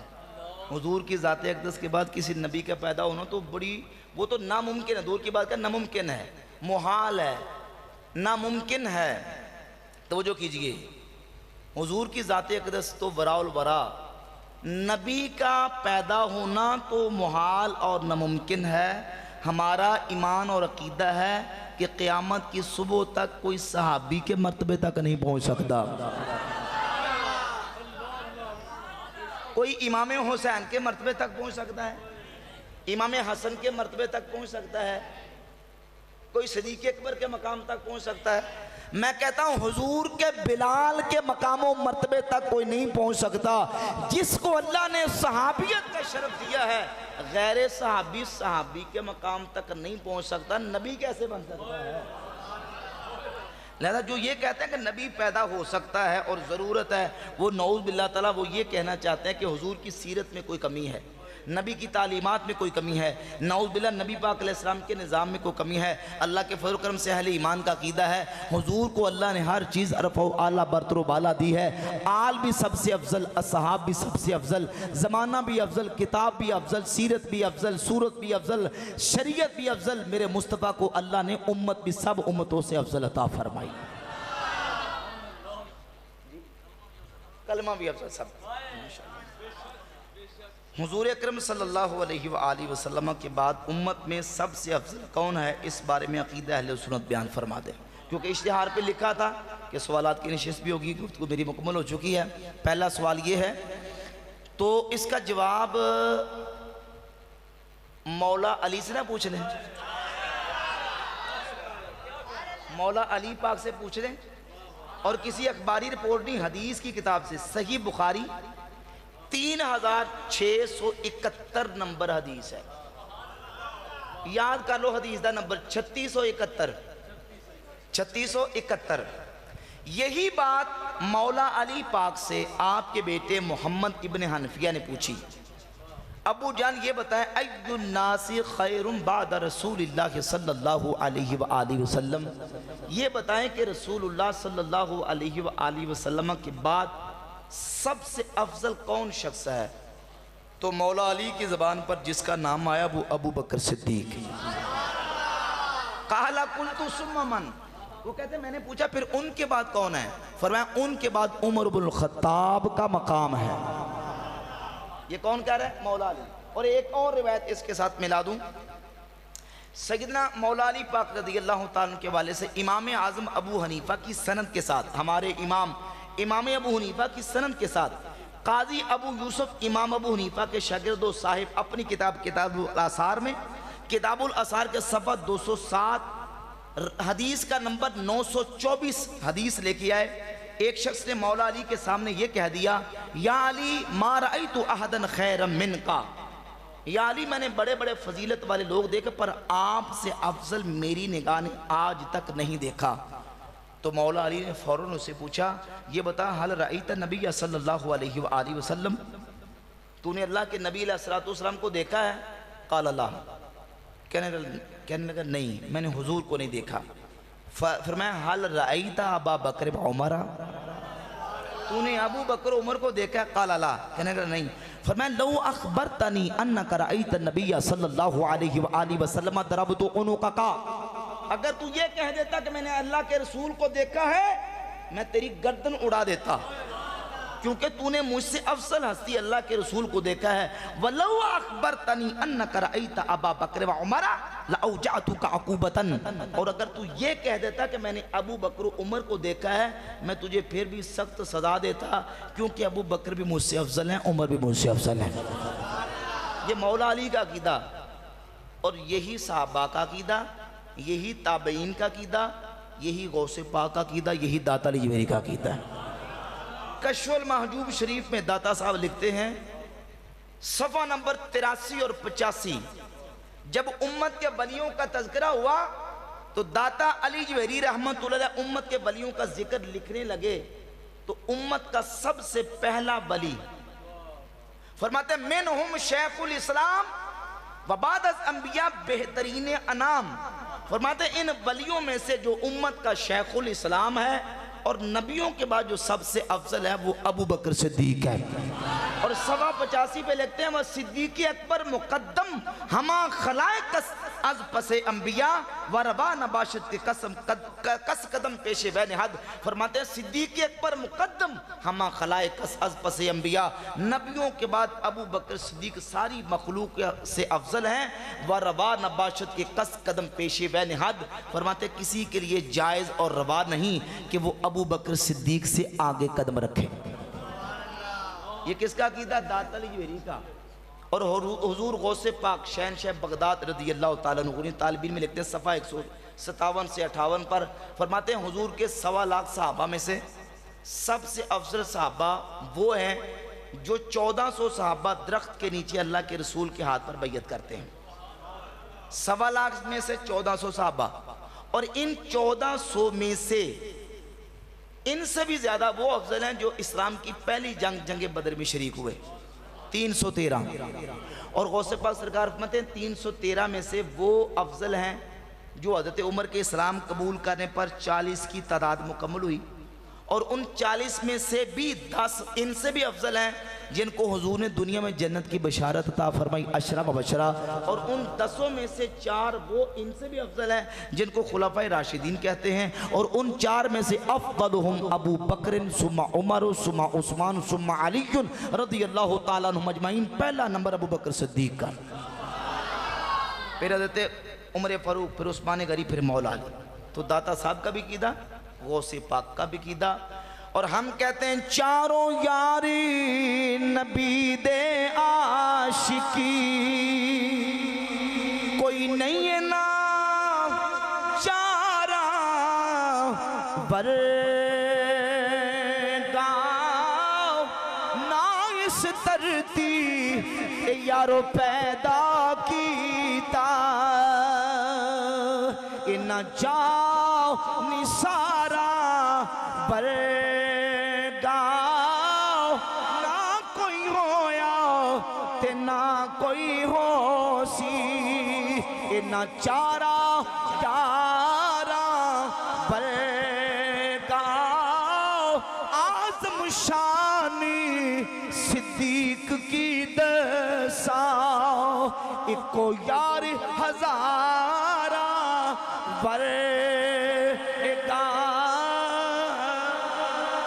نعرہ تکبیر، نعرہ رسالت، نعرہ تحقیق، نعرہ حیدری۔ خدا صدیق کہتا ہے، نبی صدیق کہتے ہیں، کلندر غوث اقطابو ولی صدیق کہتے ہیں، قسم شہزاد کھا کر ذات باری کی سرے منبر، ارے میرے صدیق اکبر کو علی صدیق کہتے ہیں، میرے صدیق اکبر اکبر کو علی صدیق کہتے ہیں۔ نزال بن صبرہ مولا علی کے شاگرد ہیں۔ انہوں نے پوچھا کہ حضور ہمیں اپنے یاروں کا تذکرہ سنائیں۔ یہ میں پنجابی کہتے ہیں کہ اپنے یاران دی گل بات دسو سن، کو واقعہ سناؤ نہ دا۔ تو مولا علی نے فرمایا نزال حضور کے سارے صحابہ علی کے یار ہیں، تو پوچھ کس کا ذکر پوچھنا چاہتا ہے؟ تو نزال بن صبرہ نے کہا کہ مجھے ابو بکر صدیق کا ذکر سنائیں۔ فرما ذاک امراؤن سماہ اللہ صدیقا علی لسان جبریل و علی لسان محمد صلی اللہ علیہ وآلہ وسلم۔ مولا علی نے فرمایا نزال ابو بکر کا ذکر کیا پوچھتا ہے؟ ابو بکر کو تو اللہ نے اپنے نبی کی زبان پر اور جناب جبریل امین کی زبان پر صدیق کا لقب عطا فرمایا۔ جو شخص افضلیت شیخین کا قائل نہیں، اس کے بارے میں علماء اہل سنت کیا فرماتے ہیں؟ سیدنا مجدد الافسانی شیخ احمد سرندی شہنشاہ نقشبند رحمت اللہ تعالی علیہ اپنے مکتوبہ شریف میں فرماتے ہیں کہ جو یہ عقیدہ رکھے امیر را افضل از صدیق اکبر گوئن از جرگہ اہل سنت می برائن، فرماتے ہیں جو حضرت علی کو ابو بکر صدیق سے افضل مانے از جرگہ اہل سنت می برائن، وہ اہل سنت کے عقیدے سے باہر ہے، وہ اہل سنت کے عقیدے پر ہو سکتا۔ ہمارا یہ اہل سنت کا اجماعی عقیدہ ہے کہ حضور کے صحابہ میں سے صدیق اکبر رضی اللہ تعالیٰ سب سے افضل ہیں اور ہمارے جمعہ کے خطبات کا حصہ ہے۔ ہر جمعہ آپ سنتے نہیں کہ افضل البشر بعد الانبیاء بالتحقیق سیدنا ابو بکر صدیق، تو جو یہ عقیدہ رکھتا ہے وہ اہل سنت کے عقیدے پر نہیں۔ دین اسلام میں خلیفہ کے چناؤ کی کتنی اقسام ہیں؟ تو اس کا جواب یہ ہے کہ دین اسلام میں خلیفہ کے چناؤ کے لیے اللہ رب العزت کا بھی حکم ہے، نبی پاک صلی اللہ علیہ وآلہ وسلم کی حدیث سے بھی ہمیں یہ ملتا ہے کہ مشاورت کی جائے اور مسلمانوں کا آپس میں معاملہ جو وہ شورا کے تحت ہو۔ تو سب سے پہلا جو نظام ہے وہ شورائی ہے کہ مسلمانوں کے جو صاحبان حل و عقد لوگ ہیں، جو صاحبان فراست ہیں، تدبر اور علم اور اس لیاقت والے ہیں، وہ اکٹھے ہو کے اپنا کسی کو خلیفہ مقرر کریں۔ یہی وجہ ہے کہ صحابہ کرام رضی اللہ تعالیٰ سقیفہ بنی ساعدہ میں مہاجرین و انصار سیدنا ابو بکر صدیق رضی اللہ تعالیٰ کے بارے میں مشاورت کی اور انہوں نے صدیق اکبر رضی اللہ تعالیٰ کو اپنا خلیفہ منتخب انہوں نے کر لیا۔ حضرت عثمان غنی رضی اللہ تعالیٰ کے خلاف بغاوت کرنے والے لوگوں کو حضرت علی کی حمایت آپ کی نظر میں یہ کیسا ہے؟ عثمان کے خلاف بغاوت کرنے والے لوگوں کا حضرت علی کی حمایت آپ کی نظر میں، اصل میں وہ اپنے لیے ایک سمجھے کہ چاہتے تھے کہ ہمیں کسی نہ کسی طریقے سے ایک چھت مل جائے اور ہمیں کوئی کسی طریقے سے پناہ مل جائے، تو وہ یہ مقاصد اپنے رکھتے تھے۔ مولا علی پاک رضی اللہ تعالیٰ کی ذات اقدس حضرت عثمان غنی رضی اللہ تعالیٰ کے قتل کے حوالے سے بالکل بری الذمہ ہیں، ان کا کسی قسم کا اس میں کوئی عمل دخل نہیں ہے۔ یہ نواسب کی طرف سے پراپوگنڈا کیا جاتا ہے اور آج بھی ناس بھی یہ پراپوگنڈا کرتے ہیں نعوذ باللہ تعالیٰ کہ حضرت عثمان کو شہید کروانے میں نعوذ باللہ مولا علی ملوث تھے، استغفر اللہ، ایسی بات نہیں ہے۔ مولا علی پاک رضی اللہ تعالیٰ عنہ نے جب آپ کو حضرت محمد ابن حنفیہ نے آ کے بیٹے نے بتایا کہ سیدہ عائشہ صدیقہ رضی اللہ تعالیٰ عنہ عثمان غنی کے قاتلین پر لعنت کر رہی ہیں، تو فضائل الصحابہ کے اندر روایت موجود ہے، مولا علی نے فرمایا کہ ہم بھی عثمان غنی کے قاتلین پر لعنت کرتے ہیں، اللہ رب العزت ان پر اپنی لعنتوں کی برسات فرمائے جو عثمان کے قتل کے اندر ملوث تھے۔ اور پھر مولا علی پاک رضی اللہ تعالیٰ عنہ تو حلف اور قسمیں دے دے کے کہا کرتے تھے۔ تاریخ المدینہ المنورہ کے اندر روایت موجود ہے، سیدنا زید ابن ارقم رضی اللہ تعالیٰ صحابی رسول کو حضرت مولا علی ملنے کے لیے گئے، تو زید ابن ارقم رضی اللہ تعالیٰ عنہ نے مولا علی سے پوچھا، بلکہ مولا علی خود فرمایا کہ زید پوچھو جو پوچھنا چاہتے ہو، تو زید ابن ارقم نے کہا کہ اے علی انشدتک باللہ، میں آپ کو اللہ کی قسم دے کے کہتا ہوں کہ اقتلت عثمان، آپ نے عثمان کو قتل کروایا؟ تو روایت کے اندر لفظ ہے کہ فنک کا سر آسا ہو، مولا علی نے تھوڑی دیر کے لیے اپنا سر نیچے جھکایا اور پھر اپنا سر اٹھایا اور فرمایا والذی فلق الحبۃ وبرأ النسمۃ، اس ذات کی قسم جس نے دانے کو پھاڑا اور جان کو پیدا کیا، ما قتلت عثمان ولا امرت بقتلہ، نہ میں نے عثمان کو قتل کروایا اور نہ کرنے کا حکم دیا۔ مولا علی پاک رضی اللہ تعالیٰ تو حلف اور قسم دے کے اور عثمان غنی کے قاتلین پر لعنت فرمایا کرتے تھے۔ اور ایک اور روایت جو کہ نہج البلاغہ شیعہ کتاب کے اندر موجود ہے، مولا علی پاک رضی اللہ تعالیٰ کو خطبہ ہے، فرماتے ہیں کہ ہمارا اور اہل شام کا جو آپس میں اختلاف ہے، اِنَّ رَبَّنَا وَاحِدٌ وَنَبِيَّنَا وَاحِدٌ، ہمارا رب بھی ایک ہے، ہمارا نبی بھی ایک ہے، وَدَعْوَتَنَا فِي الْإِسْلَامِ وَاحِدًا، اور ہماری اسلام میں دعوت بھی ایک ہے، لا نستزیدهم فی الایمان باللہ والتصدیق برسولہ صلی اللہ علیہ وآلہ وسلم ولا یستزیدوننا، نہ ہم ان سے اللہ اور اس کے رسول کی تصدیق کرنے میں زیادہ ہیں اور نہ وہ ہم سے زیادہ ہیں، الا مختلفنا فی دم عثمان، ہمارا اختلاف عثمان غنی کے خون کے بارے میں ہے، ونحن منہ براء، فرماتے کہ ہم اس سے بالکل بری ذمہ ہیں، ہمارا کوئی تعلق نہیں ہے۔ باقی جو قاتلین عثمان تھے وہ تو اپنی سمجھے شیلٹر تلاش کر رہے تھے، کسی طریقے سے ہمیں کوئی اس طرح کا مل جائے اور ہم جو نا وہ اپنی اس جو ان کا اقدام ہے اس سے بچ سکیں۔ مولا علی پاک رضی اللہ عنہ کا دامن اس سے بالکل پاک صاف ہے۔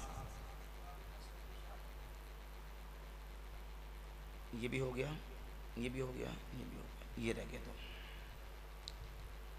حضرت حسین رضی اللہ تعالیٰ عنہ اور ان کے رفقا کا بنیادی موقف کیا تھا یزید کے خلاف، ان کے انتخاب؟ مولا حسین پاک رضی اللہ تعالیٰ کا جو موقف تھا وہ یہ تھا کہ جو ایک سلسلہ چلا آ رہا ہے امیر اور خلیفہ مقرر کرنے کا اور مسلمانوں کا حکمران مقرر کرنے کا، اس طریقے سے اور اس طریقے سے سارا انتخاب کیا جائے۔ انتخاب تو نہیں کہہ سکتے، خیر ایک سمجھے کہ ایک مقرر کیا جائے کسی بندے کو، جس طرح ہمارے ہاں انتخاب ہوتا ہے اس طرح تو نہیں تھا۔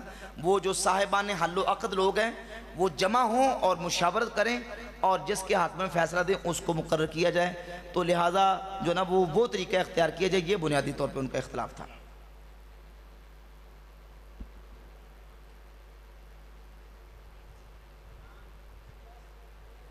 تاریخی چیزیں ہیں، کہا جاتا ہے کہ حضرت حسین پاک نے خیمے میں چراغ بجھا کر گھر والوں سے کچھ باتیں کی کہ یہ بات سچ ہے، اس کا منقول اس طرح کی روایتیں تاریخی کتابوں کے اندر تو ملتی ہیں۔ تفصیلی واقعہ اگر کربلا کا دیکھیں تو اس طرح کی چیزیں مل جاتی ہیں۔ ایک رہ گیا سوال، یہ بھی ہے کہ یہ خطبہ جمعہ کے دوران یہ عصا ہاتھ میں تھامنا سنت ہے یا مستحب؟ ایک ہی سوال ہے بس۔ جی ہاں، نیچے بھی کچھ لکھا ہے، پتہ نہیں وہ کیا۔ یہ دائیں سے پکڑا دیں، الایمن فالایمن، حدیث پاک میں آتا ہے کہ دائیں سے کھاؤ دائیں سے پیو، دائیں سے لینا دائیں سے دینا، دائیں سے لینا ہے، لینا بھی دائیں سے اور دینا بھی دائیں سے، کھانا بھی دائیں سے اور پینا بھی دائیں سے۔ خطبہ جمعہ کے دوران عصا ہاتھ میں پکڑ کر خطبہ دینا تھام کر، یہ سنت ہے کہ نہیں؟ اعلیٰ حضرت امام اہل سنت امام احمد ذاکر محدث بریلی رحمۃ اللہ تعالی علیہ نے لکھا ہے کہ اس میں فقہا نے کا اختلاف ہے، یعنی بعض فقہا نے اس کو مستحب قرار دیا ہے اور بعض نے اس کو مکروہ قرار دیا ہے۔ تو فقہ کا یہ اصول ہے، توجہ کیجئے، اصول ہے کہ جب ایک ہی امر کے بارے میں ایک طرف مستحب کا یا سنت ہونے کا قول آ جائے اور دوسری طرف مکروہ یا بدعت ہونے کا قول آ جائے، تو اصول فقہ کی روشنی میں، افتاء کی روشنی میں جو مکروہ اور بدعت والا قول ہے اس کے مطابق اس عمل سے بچنا بہتر ہوتا ہے۔ لہذا اس کو سنت نہیں کہہ سکتے، یہی بہتر ہے کہ جو بندہ تندرست جوان ہے، صحت مند ہے، وہ عصا پکڑے بغیر خطبہ دے۔ ہاں اگر کوئی حاجت مند ہے، بزرگ آدمی ہے یا بیمار ہے اور اسے عصا کی ضرورت ہے، وہ پکڑ سکتا ہے، بلا ضرورت عصا پکڑنے یہ سنت نہیں ہے۔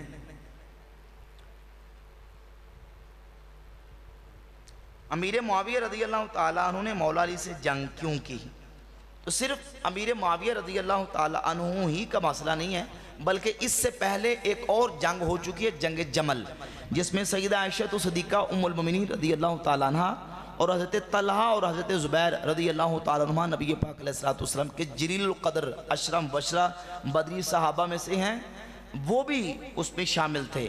تو وہ جنگ کی جو بنیادی وجہ ہے وہ یہی تھی کہ حضرت عثمان غنی رضی اللہ تعالیٰ عنہ کے جو قاتلین ہیں ان کو کیفر کردار تک پہنچایا جائے، ان کا مطالبہ یہ تھا۔ تو مولا علی پاک رضی اللہ تعالیٰ کا جو معاملہ تھا، ان کا جو ڈیسیجن تھا وہ یہ تھا کہ جو سب سے پہلے جو ہے نا وہ میری جو خلافت وہ صحیح طریقے سے مستحکم ہو جائیں اور حالات سازگار ہو جائیں، اور اس کے بعد اگلا اقدام ہوگا، تم پہلے میری خلافت کے دائرے کے اندر آؤ۔ وہ کہتے تھے کہ نہیں، جو عثمان غنی کے قاتلین ہیں وہ آپ کے لشکر کے اندر چھپے ہوئے ہیں، آپ ان کو پہلے نکال کے تو آپ ان کو پہلے سزا دیں۔ مولا علی فرماتے تھے کہ وہ ایک جتھے کی شکل میں ہے، جب تک حالات سازگار نہیں ہوتے اس وقت تک یہ قدم نہیں اٹھایا جا سکتا۔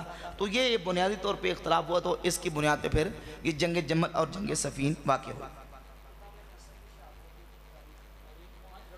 ہاں 5 ربیع الاول، جو زیادہ قول ہے 5 ربیع الاول کا۔ اقوال اگرچہ مختلف قسم کے ملتے ہوتے ہیں لیکن 5 ربیع الاول۔ چلیے آخر میں پڑھ دوں گا شعر، کہہ رہے ہیں شعر پڑھ دیں، حالات کا ایک شعر ہے پڑھ دوں گا، لیکن کوئی سوال اور دکانیں پھر آخر میں پڑھتا ہوں، ٹھیک ہے جی۔ کہتے ہیں جو امیر معاویہ کو نہ مانے وہ اہل سنت ہے، تو حضرت امیر معاویہ صحابی رسول ہیں۔ اہل سنت و جماعت کا عقیدہ کہ ہم نبی پاک علیہ الصلوۃ والسلام کے سارے صحابہ کو مانتے ہیں، سارے صحابہ کو۔ پھر کھبا تلا لیں، بایاں ہاتھ نہیں دائیں ہاتھ سے پکڑنا ہے، ٹھیک ہے نا، کھچ لیں ہاتھ وچوں بایاں ہاتھ سے۔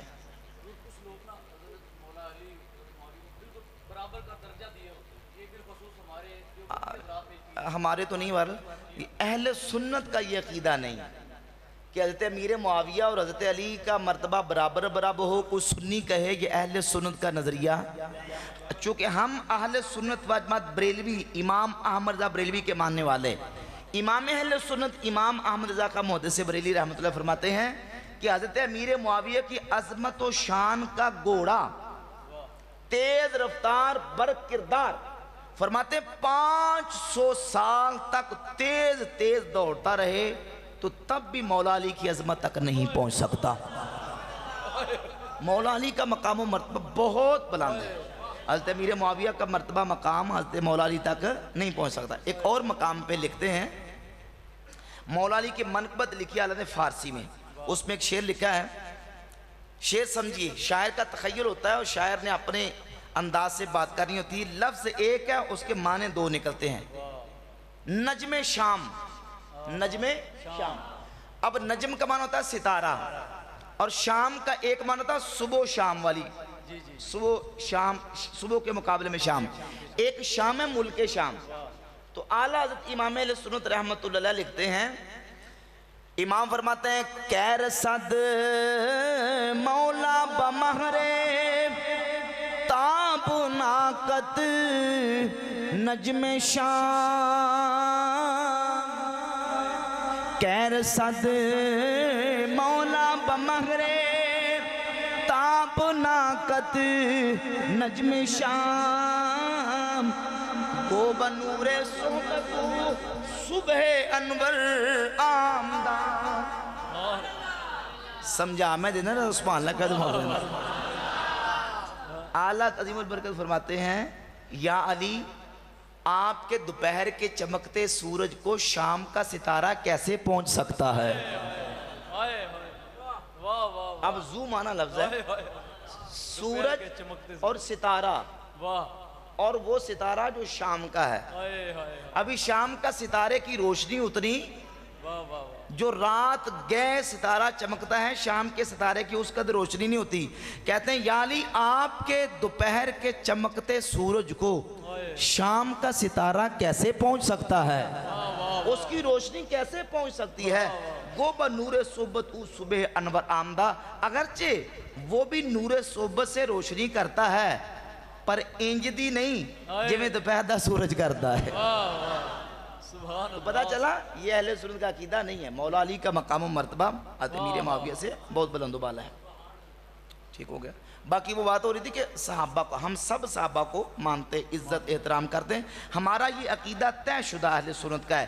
امام ابو جعفر محمد ابن سلامہ طحاوی رحمۃ اللہ علیہ اپنی کتاب العقیدۃ الطحاویہ کے صفحہ 79 پہ لکھتے ہیں کہ وَنُحِبُّ أَصْحَابَ رَسُولِ اللَّهِ صلی اللہ علیہ وآلہ وسلم وَلَا نُفْرِطُ فِي حُبِّ أَحَدٍ مِّنْهُمْ، ہم رسول اللہ کے سارے صحابہ سے محبت کرتے ہیں اور کسی صحابی کی محبت میں حد سے تجاوز نہیں کرتے، وَلَا نَتَبَرَّؤْ مِنْ أَحَدٍ مِّنْهُمْ، اور کسی صحابی سے بیزاری اختیار وَنُبْغِضُ مَن يُبْغِضُهُمْ، جو صحابہ کا دشمن ہے وہ ہمارا دشمن ہے۔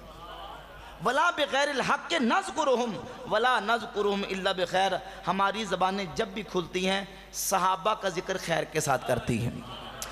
وَنَرَا حُبَّهُمْ دِينًا وَإِيمَانًا وَإِحْسَانًا، صحابہ کی محبت ہمارا دین، ایمان، احسان ہے۔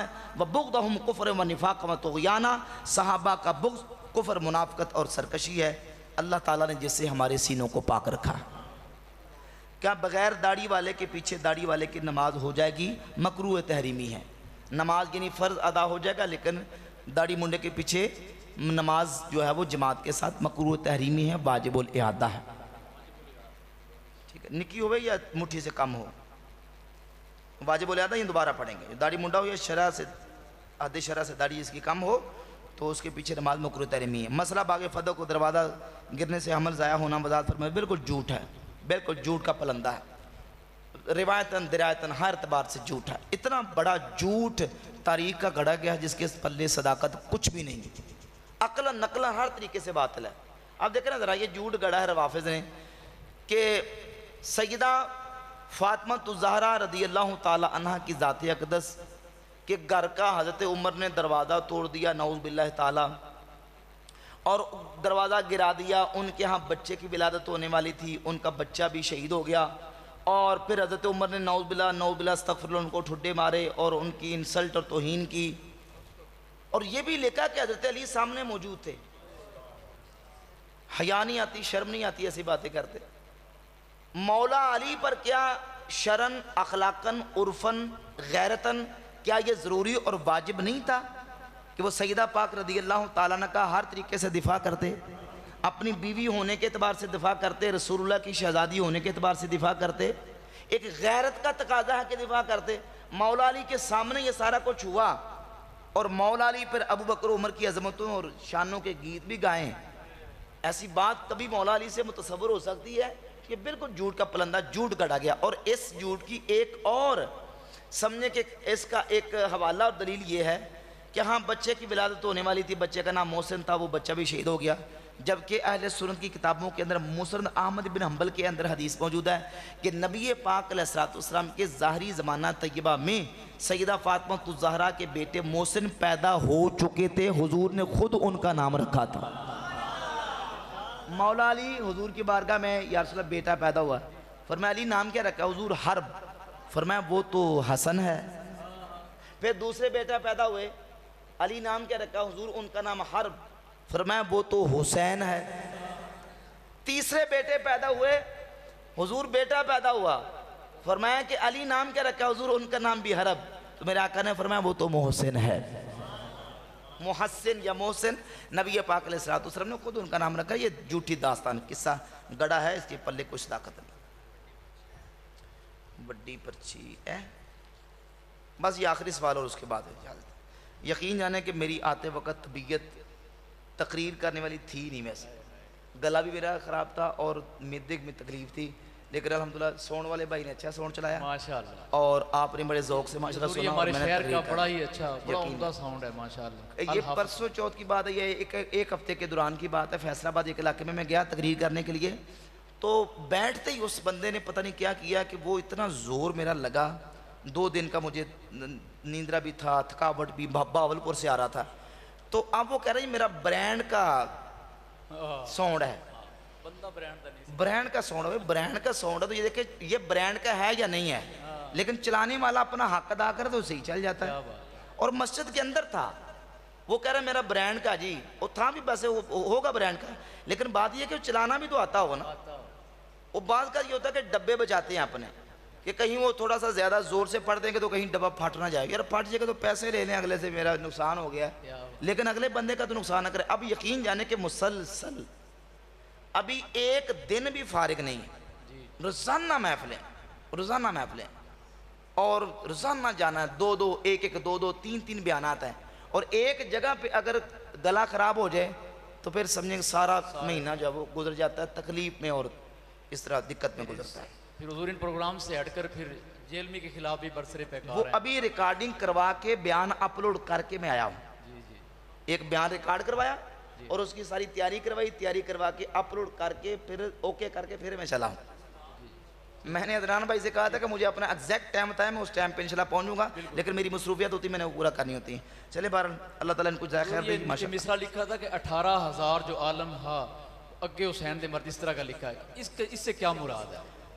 اس میں کچھ چیزیں جو ہے نا وہ شاعری کے اندر مبالغات بھی ہوتے ہیں، ایگزیکٹ کو تعداد کوئی لکھی پڑی تو نہیں ہے کہ ایگزیکٹ 18,000 ہی ہو. تو یہ اس طرح کی چیزیں اشعار کے اندر، شعروں کے اندر چلتی ہیں، مبالغات بھی چلتے ہیں. یعنی مراد کثرت کے ساتھ ہے. وہ جو مقابلے میں یزیدی لشکر کے اندر تھے، یزید کے حامی تھے، وہ سارے جاہل تھوڑی تھے. ان کے اندر اہل علم بھی تھے، قرآن کے حافظ قاری بھی ہوں گے، علماء بھی ہوں گے، لیکن ان کی آنکھوں پہ غفلت کا پردہ پڑ گیا اور وہ رہ گئے. بس جی، بس شعر آخر پہ. اور اچھا، باغ فدق کے بارے میں کوئی ساتھی نے پوچھا ہے.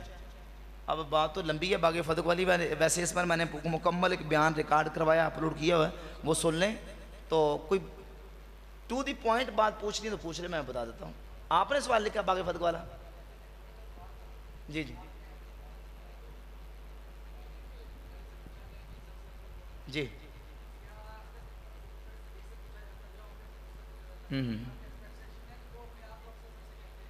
ٹھیک ہے.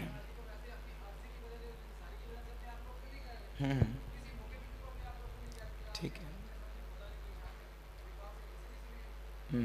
ٹھیک ہے، چلو سن لیں. اب دیکھیں نا، پانی دائیں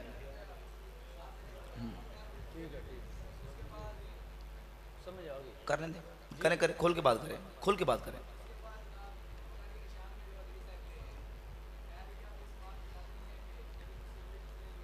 ٹھیک ہے، بالکل. استغفر اللہ، لا حول ولا قوت الا باللہ. اب غلط کر رہے ہیں، نبی کے لیول پہ جا کے نہیں. ٹھیک ہے بس.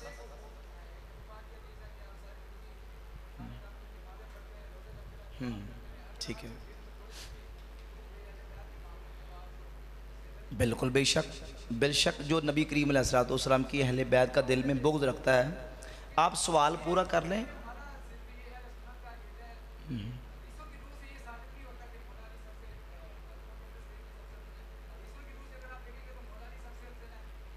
تو یہ جو میں نے سنائی ہے، ایک منٹ، یہ جو میں نے حدیث، آپ بس اب سن لیں جواب. جو میں نے یہ سنائی ہے کوئی اخبار سے پڑھ کے سنائی میں نے، یہ میں نے صحیح بخاری کی 3671 نمبر. اب جو آپ سن لیں، بیٹھ جائیں، جو آپ سن لیں جو میں پھر آپ کی بات سن لوں گا. صحیح بخاری کی 3671 نمبر حدیث میں نے آپ کو پڑھ کے سنائی ہے کہ مولا علی نے فرمایا کہ سب سے افضل ابو بکر، پھر عمر. مولا علی کا فرمان. اچھا، اب یہ کہ اس سن تو لے. اچھا ایک منٹ، اگر عاجزی انکساری ہوتی تو مولا علی یہ فرماتے کہ ٹھیک ہے وہ میری عاجزی ہے. آگے جو حدیث ہے کتاب الآثار کی، مولا علی فرماتے ہیں لو اخبرتنی انک رأیت ابا بکر و عمر لاوجعتک عقوبۃ. اگر تو یہ کہتا ہے کہ میں نے ابو بکر عمر کو دیکھا، میں تینوں سزا دینی سی. پھر تو نے مجھے ابو بکر عمر سے افضل کہا. مولا علی سزا دے رہے ہیں. تو عاجزی کے خلاف اگر ہو تو بات صرف سزا دی جاتی ہے، پھر تو وہاں خاموش ہو جاتے ہیں. مولا علی نے یہ کہہ کے بتا دیا کہ یہ نظریہ ہے، اور پھر اس سے اوپر چلے جائیں. صحیح بخاری کے اندر امام بخاری نے عنوان قائم کیا ہے سیدنا ابوبکر صدیق رضی اللہ عنہ کی فضیلت کا بیان. اور پہلی حدیث ہی حضرت عبداللہ ابن عمر صحابی رسول سے دیکھا ہے.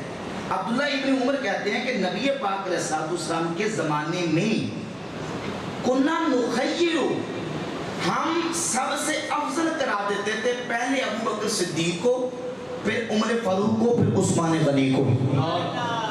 یعنی صحابی بھی کہہ رہے ہیں، عبداللہ ابن عمر کہہ رہے ہیں کہ ہم حضور کے زمانے میں، مبارک زمانے میں کہتے تھے کہ سب سے افضل ابو بکر ہے، پھر حضرت عمر ہے، پھر حضرت عثمان ہے.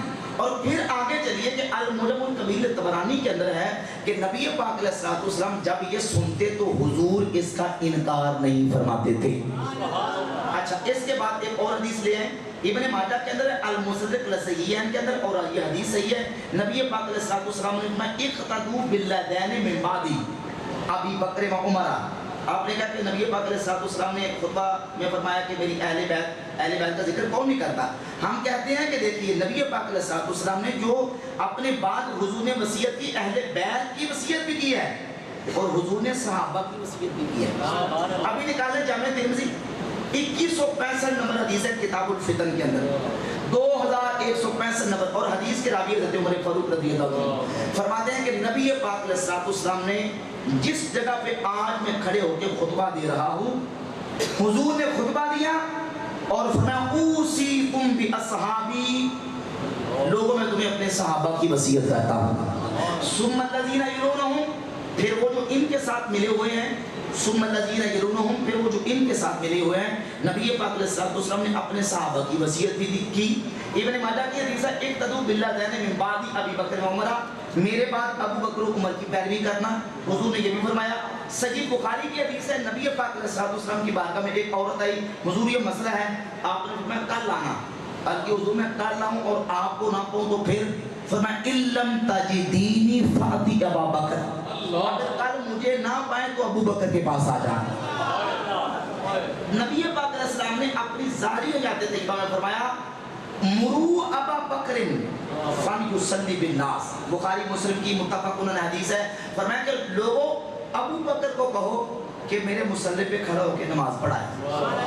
ازواج طیبات نے کہا حضرت عمر کے بارے میں تو نبی پاک علیہ السلام نے کہا انتن صواحب یوسف مرو ابا بکر فلیصلی بالناس، ابو بکر کو کہو کہ میرے مصلی پہ کھڑا ہو کے نماز پڑھائے۔ اور مسلم احمد کی دیگر کتب حدیث میں صحیح حدیث ہے، حضرت انس بن مالک کہتے ہیں آخر صلاۃ صلی رسول اللہ صلی اللہ علیہ وآلہ وسلم خلف ابی بکر، رسول اللہ نے اپنی ظاہری حیات طیبہ کی مسجد میں آ کے جو نماز پڑھی ہے، حضور نے آخری نماز بھی ابو بکر صدیق کے پیچھے پڑھی ہے۔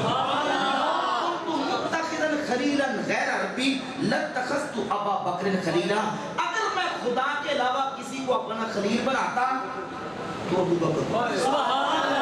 یہ حدیث مولا علی کی حدیث ہے، نبی پاک علیہ السلام نے غزوہ تبوک کے موقع پر ارشاد فرمایا، اور کب کس موقع پر، کس تناظر میں، کس پس منظر میں، اس کو سمجھیے ذرا۔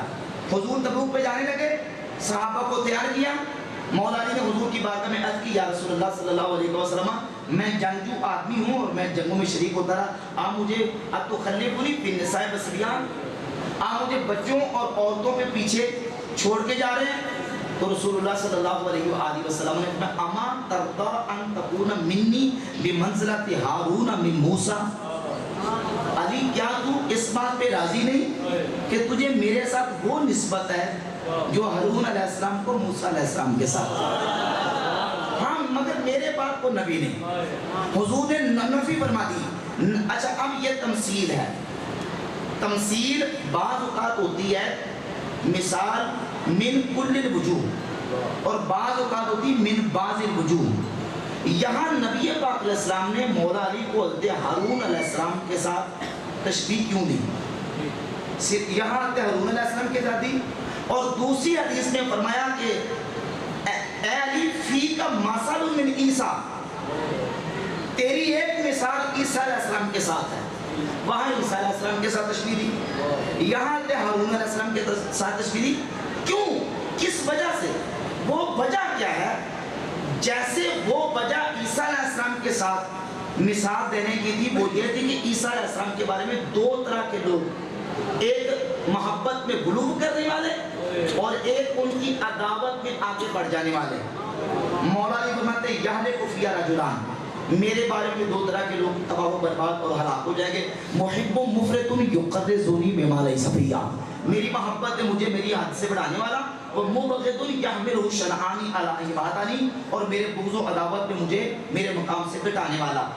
یہاں نبی پاک علیہ السلام نے جو حضرت ہارون علیہ السلام کے ساتھ تشبیہ دی وہ اس لیے کہ جناب موسیٰ علیہ السلام جب کوہ طور پہ جانے لگے تو پیچھے ہارون علیہ السلام کو چھوڑ دیا، نبی پاک علیہ السلام جب تبوک پہ جانے لگے تو پیچھے حضرت کس کو چھوڑ کے؟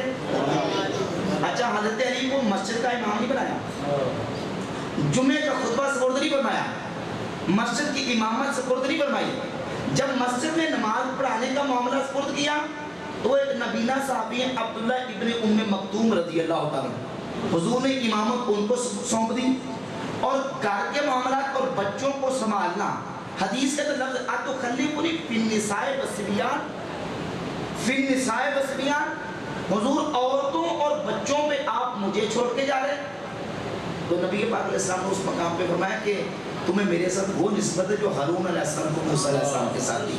وہ 40 دن کوہ طور پہ گئے تو پیچھے ہارون علیہ السلام کو چھوڑ گئے.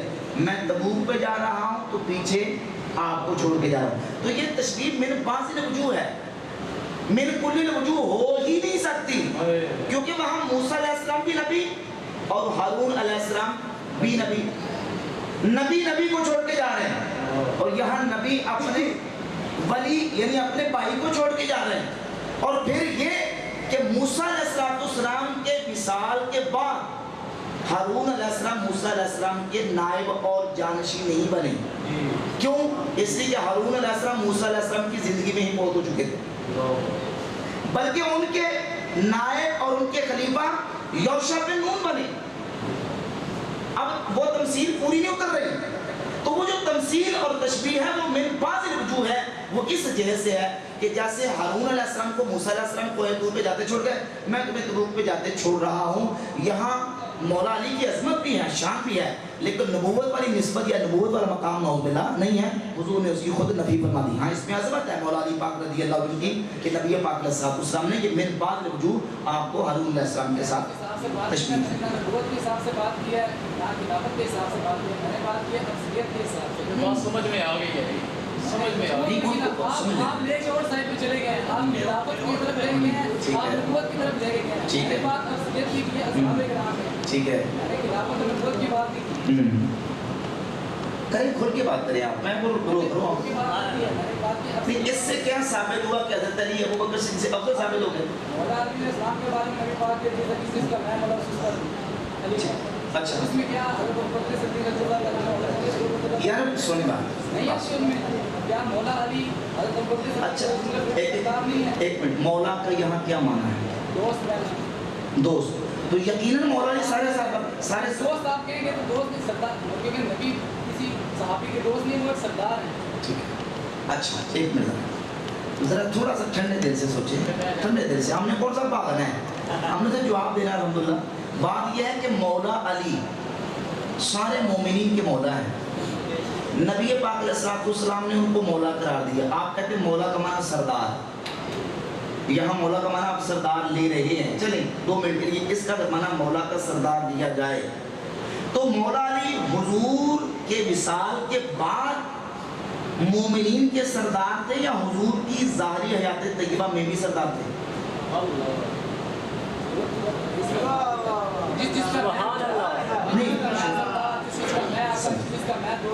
بھائی ہم تو مان رہے ہیں نبی پاک علیہ السلام کے مولا حضور کے مولا علی.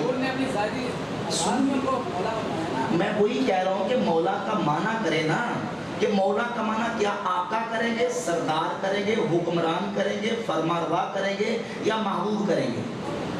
حدیث بتائے گی, حدیث کا سیاق و سباق اگلا پچھلا حصہ بتائے گا.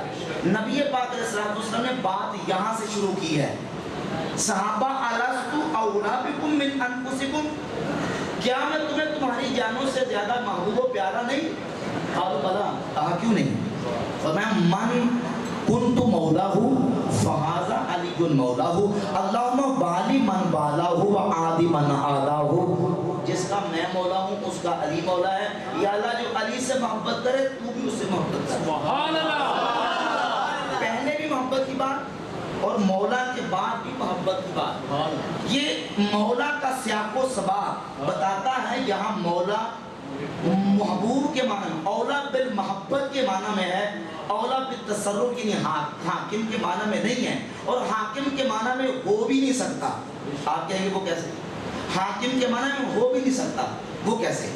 ہم کہتے ہیں مولا علی حضور کے زمانے میں بھی مولا تھے اور حضور کے وصال کے بعد بھی مولا ہیں اور آج بھی مولا ہیں, آج بھی مولا ہیں.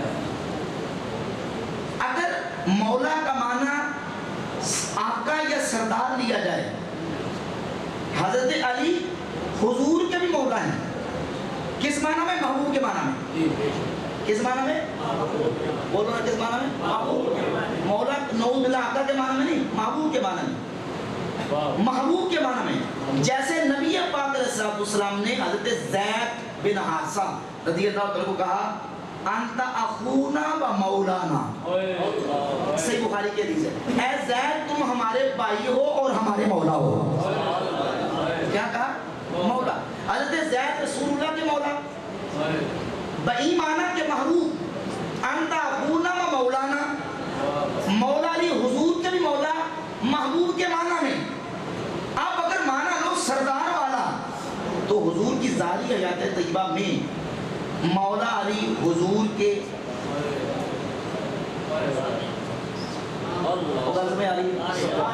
ایک وقت میں 2 4 5 بندوں سے محبت ہو سکتی ہے، لیکن ایک وقت میں 2 سردار کٹھے نہیں ہو سکتے، 2 حاکم کٹھے نہیں ہو سکتے۔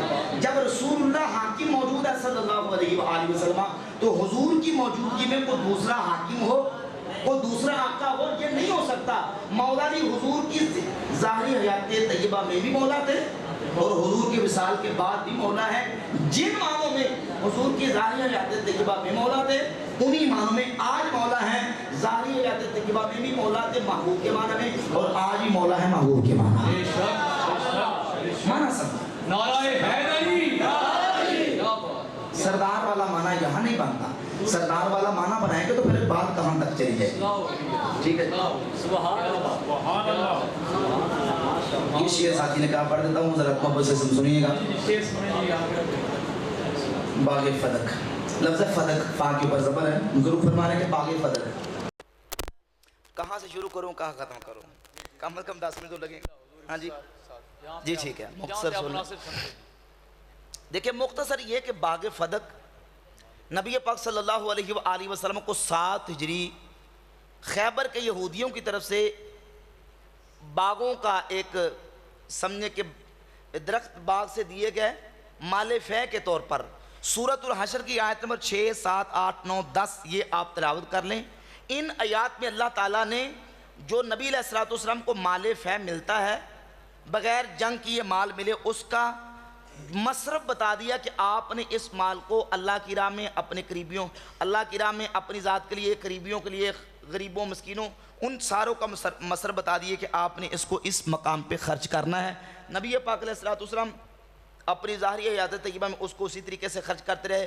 رسول اللہ صلی اللہ علیہ وآلہ وسلم کا وصال اقدس ہوا تو اس کے بعد ابو بکر صدیق رضی اللہ عنہ خلیفہ بنے تو حضور علیہ السلام کی ازواج طیبات نے، صحیح بخاری کی 4034 نمبر حدیث ہے، ازواج طیبات نے حضرت عثمان غنی کو تیار کیا کہ آپ ابو بکر صدیق سے مطالبہ کریں کہ باغ فدق سے ہمیں نبی علیہ الصلوۃ والسلام کی وراثت کے طور پر حصہ دیا جائے۔ حضور کی بیویوں نے بھی یہ مطالبہ کیا اور نبی پاک علیہ السلام کی بیٹی سیدہ فاطمہ الزہرا نے بھی مطالبہ کیا۔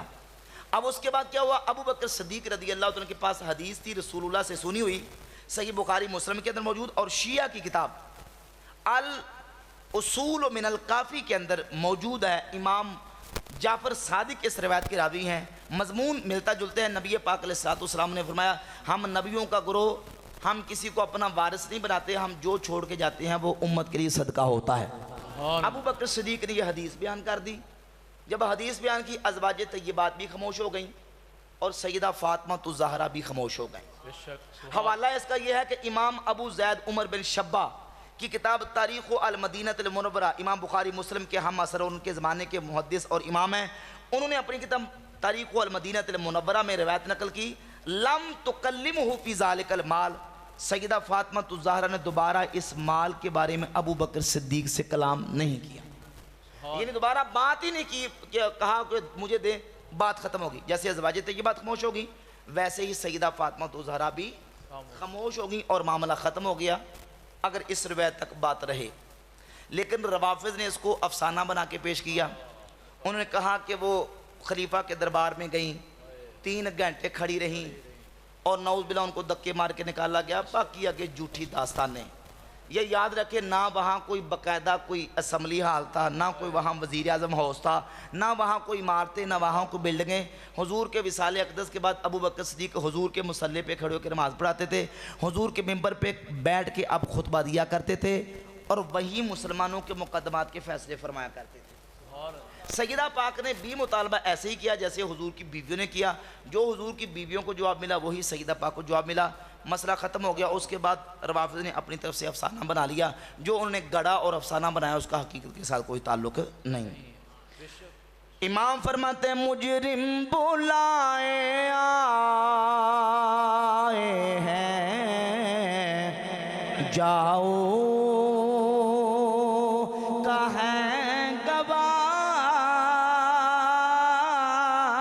مجرم بلائے آئے ہیں جاؤ کہیں گواہ. مجرم بلائے آئے ہیں جاؤ کا ہے گواہ. پھر رد ہو کب یہ شان کریموں کے در کی ہے. بینی سوانی صبحوں میں ٹھنڈک جگر کی ہے. کلیاں کنی دلوں کی ہوائیں